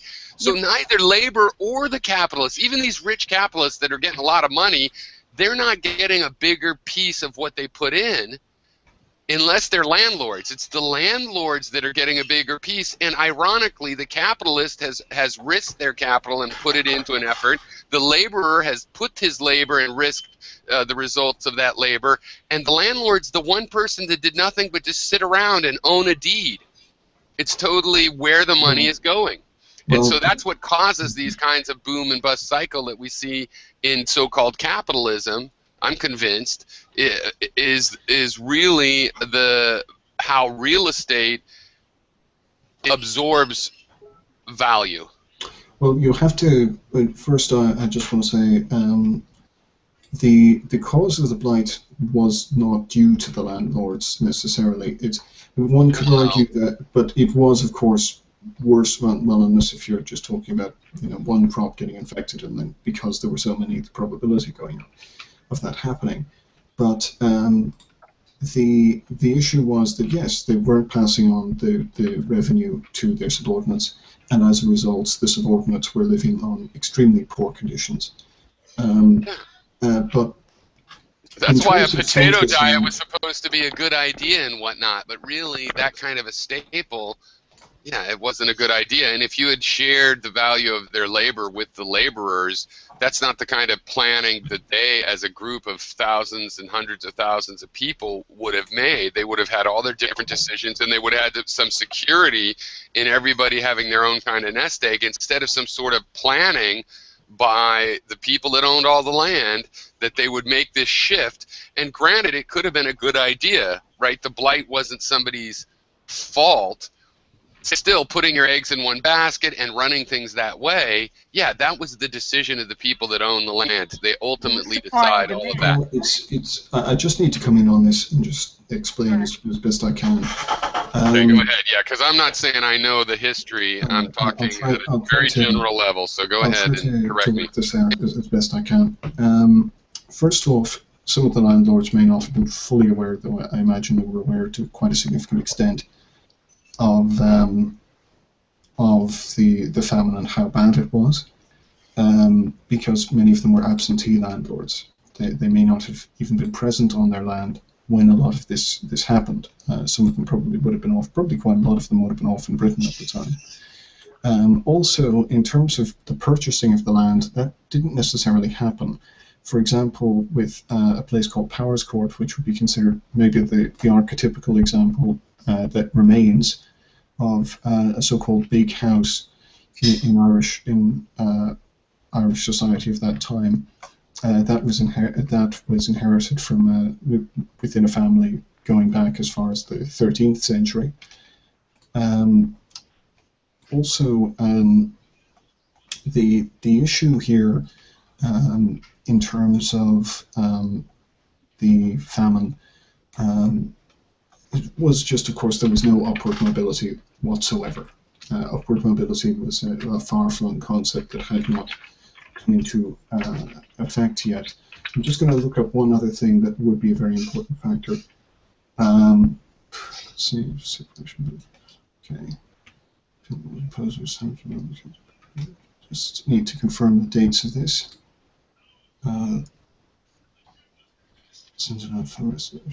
Okay.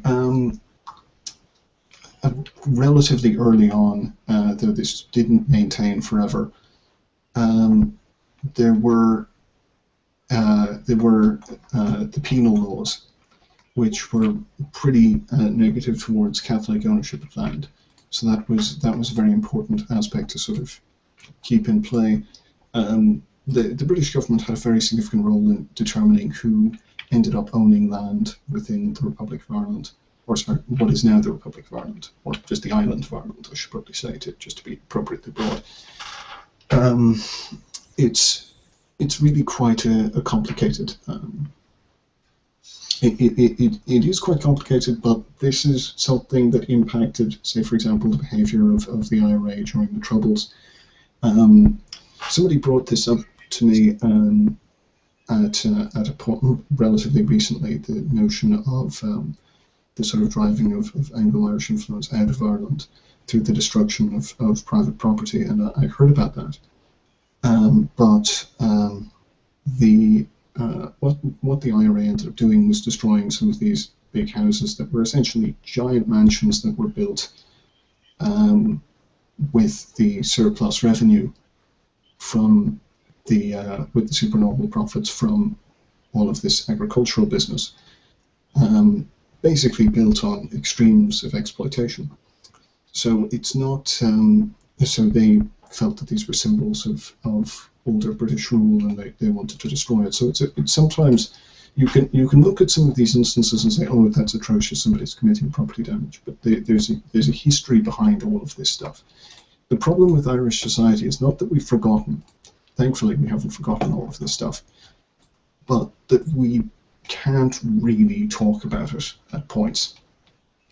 And we try our best to forgive, but there's always something of an undercurrent about how different groups feel about one another. And that's something I don't think we're ever going to really get past until the state, the general population, has thoroughly secularized. It's not so much of an issue now because it is a more secular country. Mm-hmm. But, do you think Northern Ireland's ever going to belong to Ireland or be unified with Ireland? Probably, but I don't know if it's going to be in my lifetime, and I don't know if it really means anything. You have to look back as well, even further, before British rule, and see what Ireland was before that. It wasn't a unified territory, right, at all. It had different, very powerful families that controlled different stretches of land, and before that there was the same issue, except it arranged slightly differently. There were slightly different laws that applied, but it wasn't quite as centralized as a modern government would be of a territory this size. So, you can talk about returning the land to the Irish, but we didn't really run it that way initially. Mm-hmm. Same sort of thing as we were talking about with the Ottoman Empire. I mean, it's kind of like, well, return the land to who exactly? Yeah. That's another problem. Like with we made in the U.S. we made an agreement with the Lakota that they could have the Black Hills, and then we stole it back a few years later.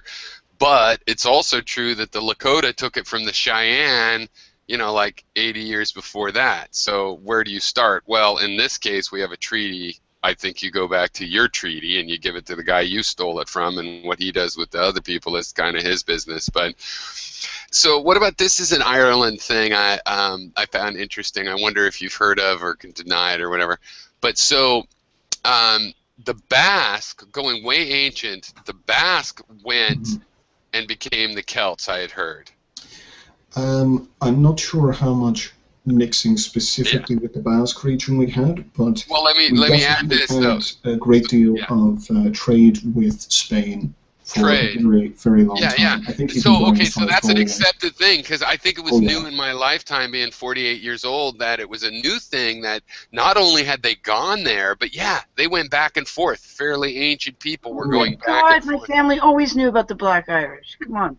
Oh, no, well, no, I know. I'd heard about that, and people know, and there's a lot of Spanish blood in Ireland, and all that's known. But that because the Basque are really fascinating, right? They're probably related to the last of the Neanderthal, and how.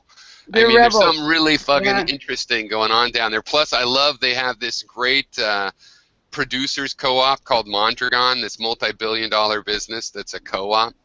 Wow. Big fan of that. Big fan of that. I'd even like to take that religious hike they have. There's a big. I don't know if you know of it. No. There's this famous trail people take it it's a big tourist trap, I guess, at this point too. But it's real beautiful through that south of France and Spain or something like that. Well, if it's anyway, so that's because I find that really interesting. But what the thing is to me about Northern Ireland as an outsider, just looking at the map, it does look like a chunk out of why is that owned by another island. So I can imagine an Ireland that was 5 nations or whatever, but one of them being belonging to the UK. It looks a little out of place, but it's the 21st century and it's been long enough. Maybe the cultural ties are such that. No, this is we have a place on this island. We're one of the chunks of this island is us. And so I can't judge, right? But it does look a little bit like, hey, eventually, Yugoslavia was going to break up. Well, you can, Yugoslavia, okay. Well, No, some things just look, or like, okay, here's a better example. Korea eventually has to unify. That they're the biggest ethnic group on the planet, I think. It's ridiculous they've been split in two. Germany, they had to unify. That was somewhat predictable, even though it looked impossible. And so in that same sense, it seems like, wow, there's a little shape there that looks like that belongs to that island.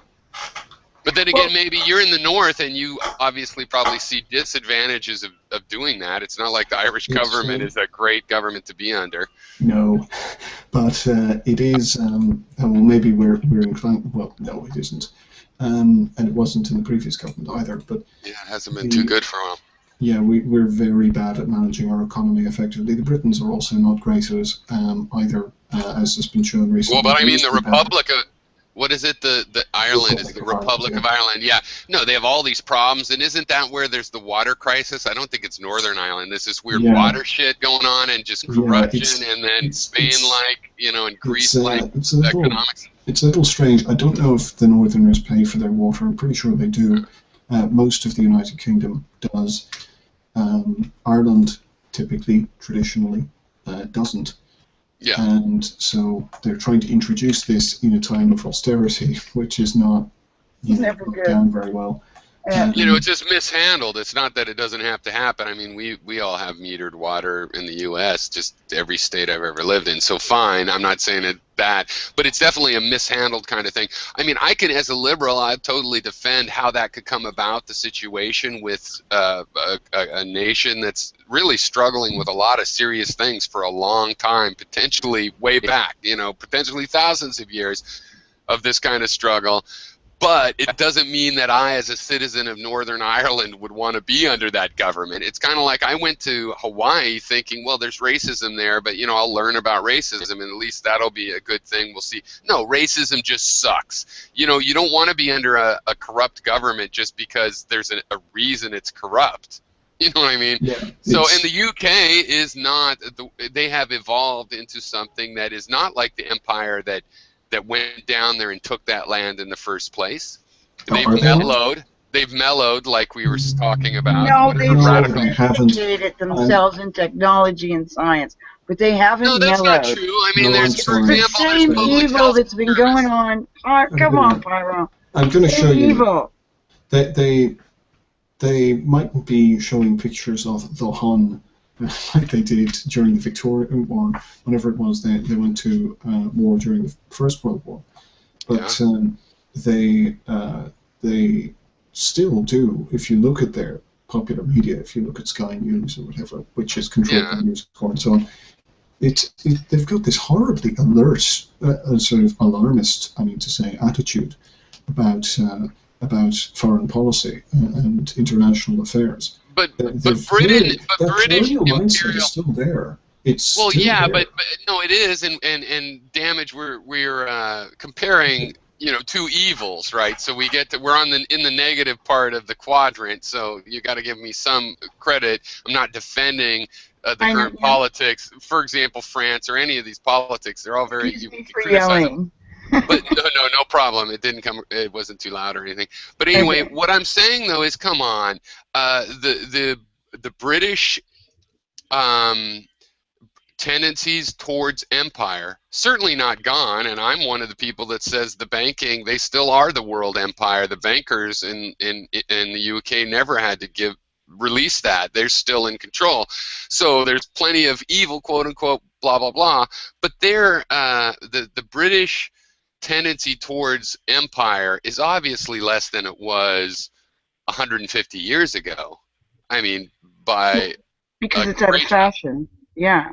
well, that's what I'm saying. Yeah, it's gone out of fashion. A new kind. I believe we're Now wage it's slaves. corporatocracy, right? Yeah, and we're wage slaves, and the whole thing about this Henry George stuff is it Oh, proved we're more that than just, wage slaves. We're slaves in every sense of the meaning. well, Henry Uh, George points out it's the monopolization of land, and that's what I'm tending to think right now that keeps And not us just still land, slaves. but what they feed us and how they educate us. Well, Yes. but the control We are of land bred is the to be control of oppressed. everything. The control Huh? of land is the control of everything, because you Yeah. can't, And that's been capital sewed and up, labor. baby, that's been sewed up for 50 years at least.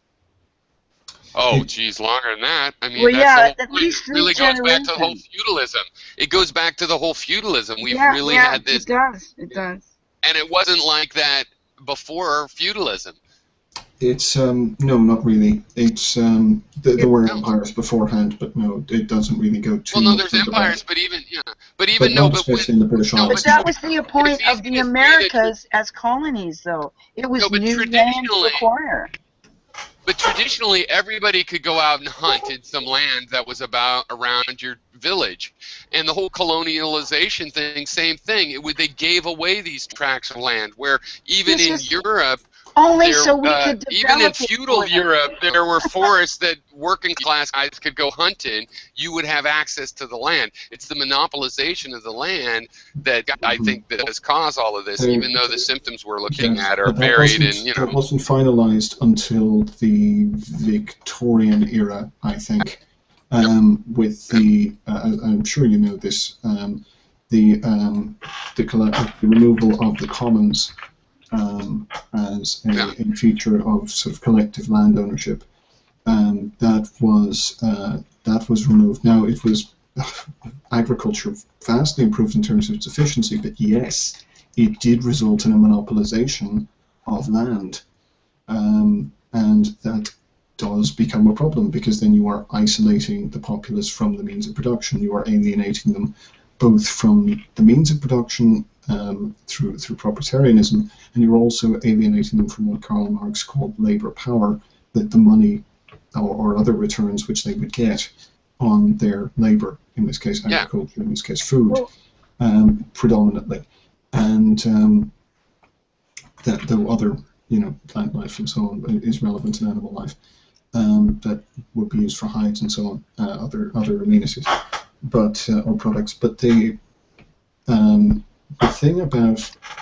that's important to remember about the United States and about Britain and about France is that a lot of this, a lot of the more heinous acts committed by these very large countries are not so long ago. I mean, when you're talking about Germany, not even including World Wars One and Two, you've got von Lettow-Vorbeck, I think I'm pronouncing his name correctly, who was involved in, I think, some genocidal activity in North or Eastern Africa, I think. And he's considered pretty atrocious in modern standards, but initially the perspective on what he was doing was not as harsh. Then you've got people like Kitchener who got involved in. You've got Kitchener from Britain who got involved in the Boer War and did horrible things to the population there. And then you've got Harris as well, who's involved in bombing of Dresden and so on. And of course, you've got the stuff to do with the Native Americans in reasonably recent history to do with the Americans. There are a lot of other things to do with the Americans. I can't even keep track of the different things that the US has done, and China, and various other places. And yes, Ireland has done horrible things as well. The IRA, the UDA, the UFF, and so on, horrible organizations that did truly atrocious things to innocent people. Unfortunately, this is the nature of nation states and nationalist organizations, or organizations that dispute territories. They fight it very violently maybe because land is that valuable, maybe because power is that important to some people. I think that the interesting thing with this whole check your privilege and discussion and deconstruction of entitlement culture is generally, okay, not the whole thing, but a lot of it I think is quite beneficial. The problem is that we're having this discussion right now, which I don't want to say shouldn't happen because it should, but I really, really wish we had it maybe back in the 90s a bit more, because there was a lot of PC stuff going on back then. I don't know why we couldn't have had this discussion back then. But instead now we're having it when a lot of young men especially are having difficulty finding work, and now we're sort of saying, okay, you need to check your male privilege and so on. It's like, oh, for fuck's sake, do we have to do this right now? Could we not have done it earlier? But not saying it has to be done later, I just wish it had been done earlier. And we kind of hadn't gotten around to that. So I think that this is one of the benefits that we're seeing from the internet. We are getting different perspectives. You've just mentioned this perspective of this black gentleman from Chicago. That's something I wouldn't have known about, save for the internet and you telling me. Oh yeah, let me find that for you. I really do. That's because he's hot right now. I mean, he is really, and he's special. He's really not one of the usual blowhards, but yeah. But I mean, I love talking about Ireland, obviously. But you know, the whole Ireland thing reminded me of something. It reminded me of how did, and this is going to go completely sideways, so tell me I'll pass if you want. But how did Germany go from being led into Nazism because of economic conditions to new economic conditions leading them in the absolute opposite direction of such outrageous tolerance beyond logical reason? And also, granted, I realize it's being peppered by internet trends and media perceptions, etc., but surely something drastic must be going on there. I mean, how does a society go within 2 generations, maybe 3, you know, from one end? I think that's well established. Yeah, there's an answer to that. Yeah. Is there? Yeah, it's what we didn't do in Iraq. Yeah, it's same with Japan. There's only 2 occupations ever successful in the history of mankind, as far as I know, and it was Japan and Germany, and it's because we invested in rebuilding their infrastructure using local engineering companies. Nazi companies that had helped the Nazis, or Subaru. Subaru made aircrafts for the Japanese, but they got contracts, and Mitsubishi, all of them, Mercedes, both countries.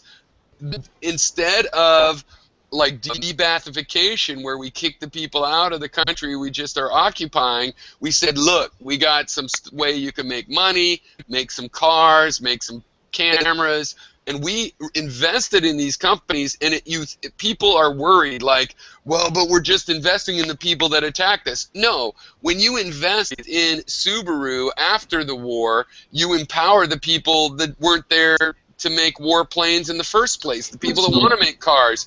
And then that leads to prosperity, which leads to liberalism and low population growth. So that's how it works. I don't know why we don't do it over and over and over if we're going to keep attacking people. Peter, that's a wonderful answer, but that was a that's the brilliant answer to the Thank opposite you. question. Okay. Damage Soul asked, Okay, how's that? how the Third Reich came about, not how it ended, or how denazification took place or whatever else. No, I thought she was saying, how did they become the how did they most do the liberal big people flip? in the country? Yeah, how they become the most liberal country after Oh, growing right. Well, communism. they became that way after Because the Jews World War became I as anything well. but that, right? You know, like the Jews in Israel became anything Yes. but that. They did the opposite flip. Well, Anyway, go on. Sorry. There's differences in terms of military aid and other things with Israel, and sort of their exact locality as well is a bit different. France was not as much of a pressing military concern, at least it wouldn't have been perceived the same way. Sorry, I was going to say, I thought you were asking the opposite question, and that was my fault. I was going to come up with a completely different answer. I was going to say that it comes down to false consciousness, and that's how, especially when you have an anti-Marxist ethos. So Marxism and all other schools of ultra-leftism are very much off the table. Oh, no, you did. Okay, that was perfect. Yeah, it is exactly that. You have to then start blaming other populations. There's only two roles you can play, kind of thing. Yeah, there's But only and I two you think can that, play. well, it's a good segment. It's a good line segment here, because we're talking about traveling from that well-known extreme to, another extreme that isn't a bad extreme, but kind of an extreme like, well, I don't know. I don't want to say that Germany's perfect in its current attitudes, but anyway, that's a pretty good transformation, and I would argue it's because we invest in, we in Iraq, we sent in Halliburton. What we should have done is hire a local Iraqi engineering firm, or even made one. We would have had to make one. And I think that was the plan, was it not? Yeah, no, but I was following this at the time, and there were still some 55-year-old engineers with their offices. It had been devastated. That could have been the guys that hired all the kids. But anyway, even if it was totally gone, ideally this is what you do. How long is 4 years? This stuff goes on forever.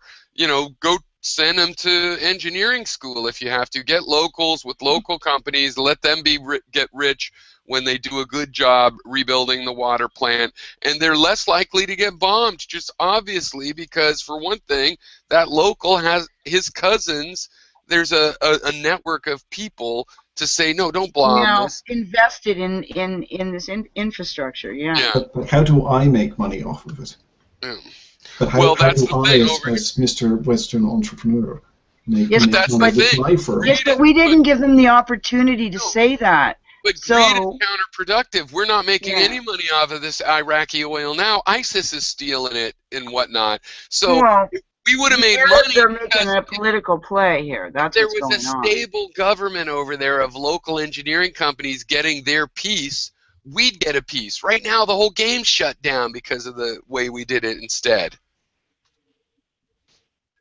Yeah, well, the game shut down, though, because you've got power plays going on in the Middle East for a resource that, hey, wasn't this supposed to be an endangered resource?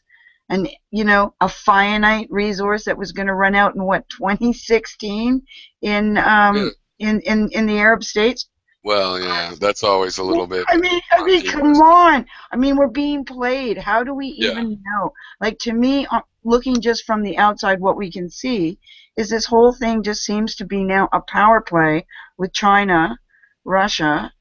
I mean, look at the open territories left. So you know the players are going to have to be the Middle East and Africa, right? You've got Mhm. vast swaths of land and no real governance. And this is perfect for corporate warfare, because Yeah. that's all that's going on in the Middle East is corporate warfare. That's why you talk about Halliburton. The only Yeah, but reason that's an they area didn't where do in Germany what we're not prepared for that because China is way ahead of us in Africa. They're already investing in Africa, and the Western companies are not getting it. oh, but what hence the power play.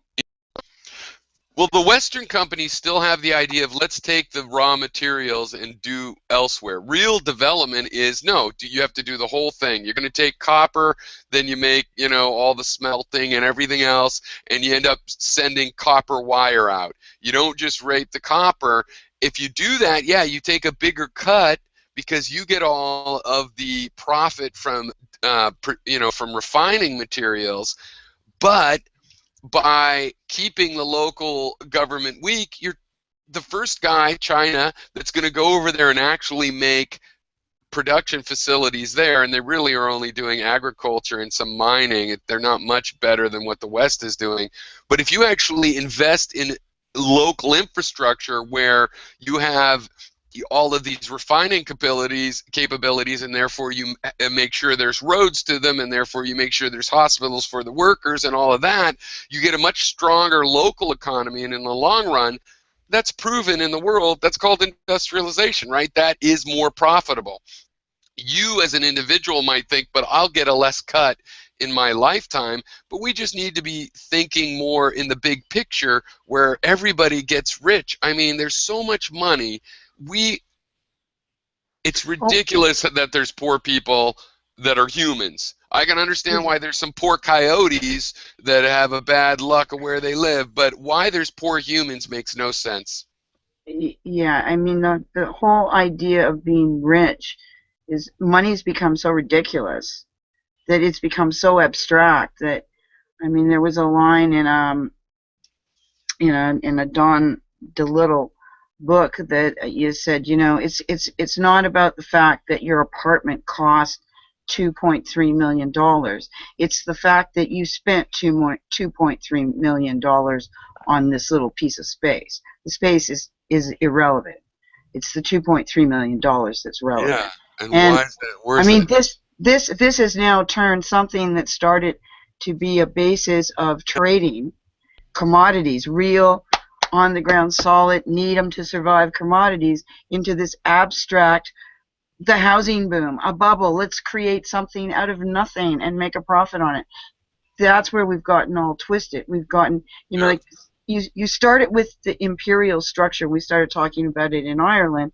It started with basically who became the king and queen. There was no divine intervention from God that gave you blue blood. It was simply that you, for whatever set of circumstances, you became the most powerful in terms of brute force. Yep. And so you gained bigger chunks of land because you could defend it. And so because you had the land, you could utilize individuals that needed somewhere to live to your advantage. Yeah. Yeah, Okay? I think all they those could people develop the land for you. Therefore, that is slavery, because you're not, back then they weren't paying people. Really, you had to live off that land and then give a proportion of that to the landowner. Yeah, exactly. So from that mindset, you evolve over what are we talking? 300 years, 400 years, 500 years. You evolve into a completely twisted, abstract, elitist mindset where that whole notion has gone as far as you can possibly take it. It's like what created all the big land barons in the U.S.? The stock exchange fall in the 20s. Then came the dirty 30s. And what was happening with all the people that had money that knew the stock crash was coming? because don't forget the stock crash hit middle, lower income people, right? Or newly bourgeoisie people that only had money because they were climbing on the rise of a big fall. So, but the people with real money didn't really lose that much. What they did instead was they manipulated it so that everything in land ownership became so devalued and everybody was so bankrupt, they bought everything up for a song. Yeah. And they knew they were going to rebuild the economy because they sat on all the monetary assets. Yeah. And they bought up all the industrial resources and et cetera, et cetera. Yeah. So, My branch of the family never saw any of this money, but for example, my great-great-grandfather, my great-grandfather on one side, he ended up after the fall, he had $20,000 in the bank after the crash. And with that, he was able to become a millionaire. well, that was quite a bit of money during the 30s. That was yours. Yeah, especially when you're buying everything at 10 pennies on the dollar. Literally, and you're Yeah. paying cash or little or Yeah. no interest. Yeah, so, and then again, and it's very much a landlordy story too, because it's not like that was a great time to go into building oil wells. No, it's a great time to buy land primarily, and then anything anybody else wants to do, they got to pay you whatever the going rate. Yes, but that is what financed. Yeah. You know, it was in the turn of the 19th century that Shell Oil went over to the Middle East and said, "Hey, you're sitting on gold." And Right. even though Arab tribal culture was, let's be generous and say 100 years behind the culture that was approaching them, they certainly weren't stupid, and they certainly realized that this is an opportunity, but this is an adversary at the same time. Oh, my phone's ringing. Hey, you Hang guys, on. I had a hard day, so I'm thinking I'm ready to shut everything call you down. back? I could go on, but I'm just finishing up a call. if Okay. you guys 2 wanted minutes, to fine. continue, I could leave it over. But yeah, I'm Anyway. ready to go too, because I had a big 4-hour thing for a test today, and it's been great, Okay. but I'm getting Well, tired. good luck But on that. Good luck on Good that. luck with that. yeah, Yeah, went really. interesting. It was a good experience, but anyway, It was nice so I talking want to to you go. guys. Maybe. Yeah, I'm glad you showed up, and also Vivian, thanks. And so maybe we'll see you guys later, and whether we do or not, yeah, interesting conversation. I think it was a really good one. I learned some stuff, and that's always good. Yeah, and Vivian, thank you. You make me calm down. It's nice. Appreciate that. Yeah, calming influence. Yeah. All right, cheers, All you right. guys. Cheers. All right, Good night, bye-bye. guys. See you next All time. right. Bye.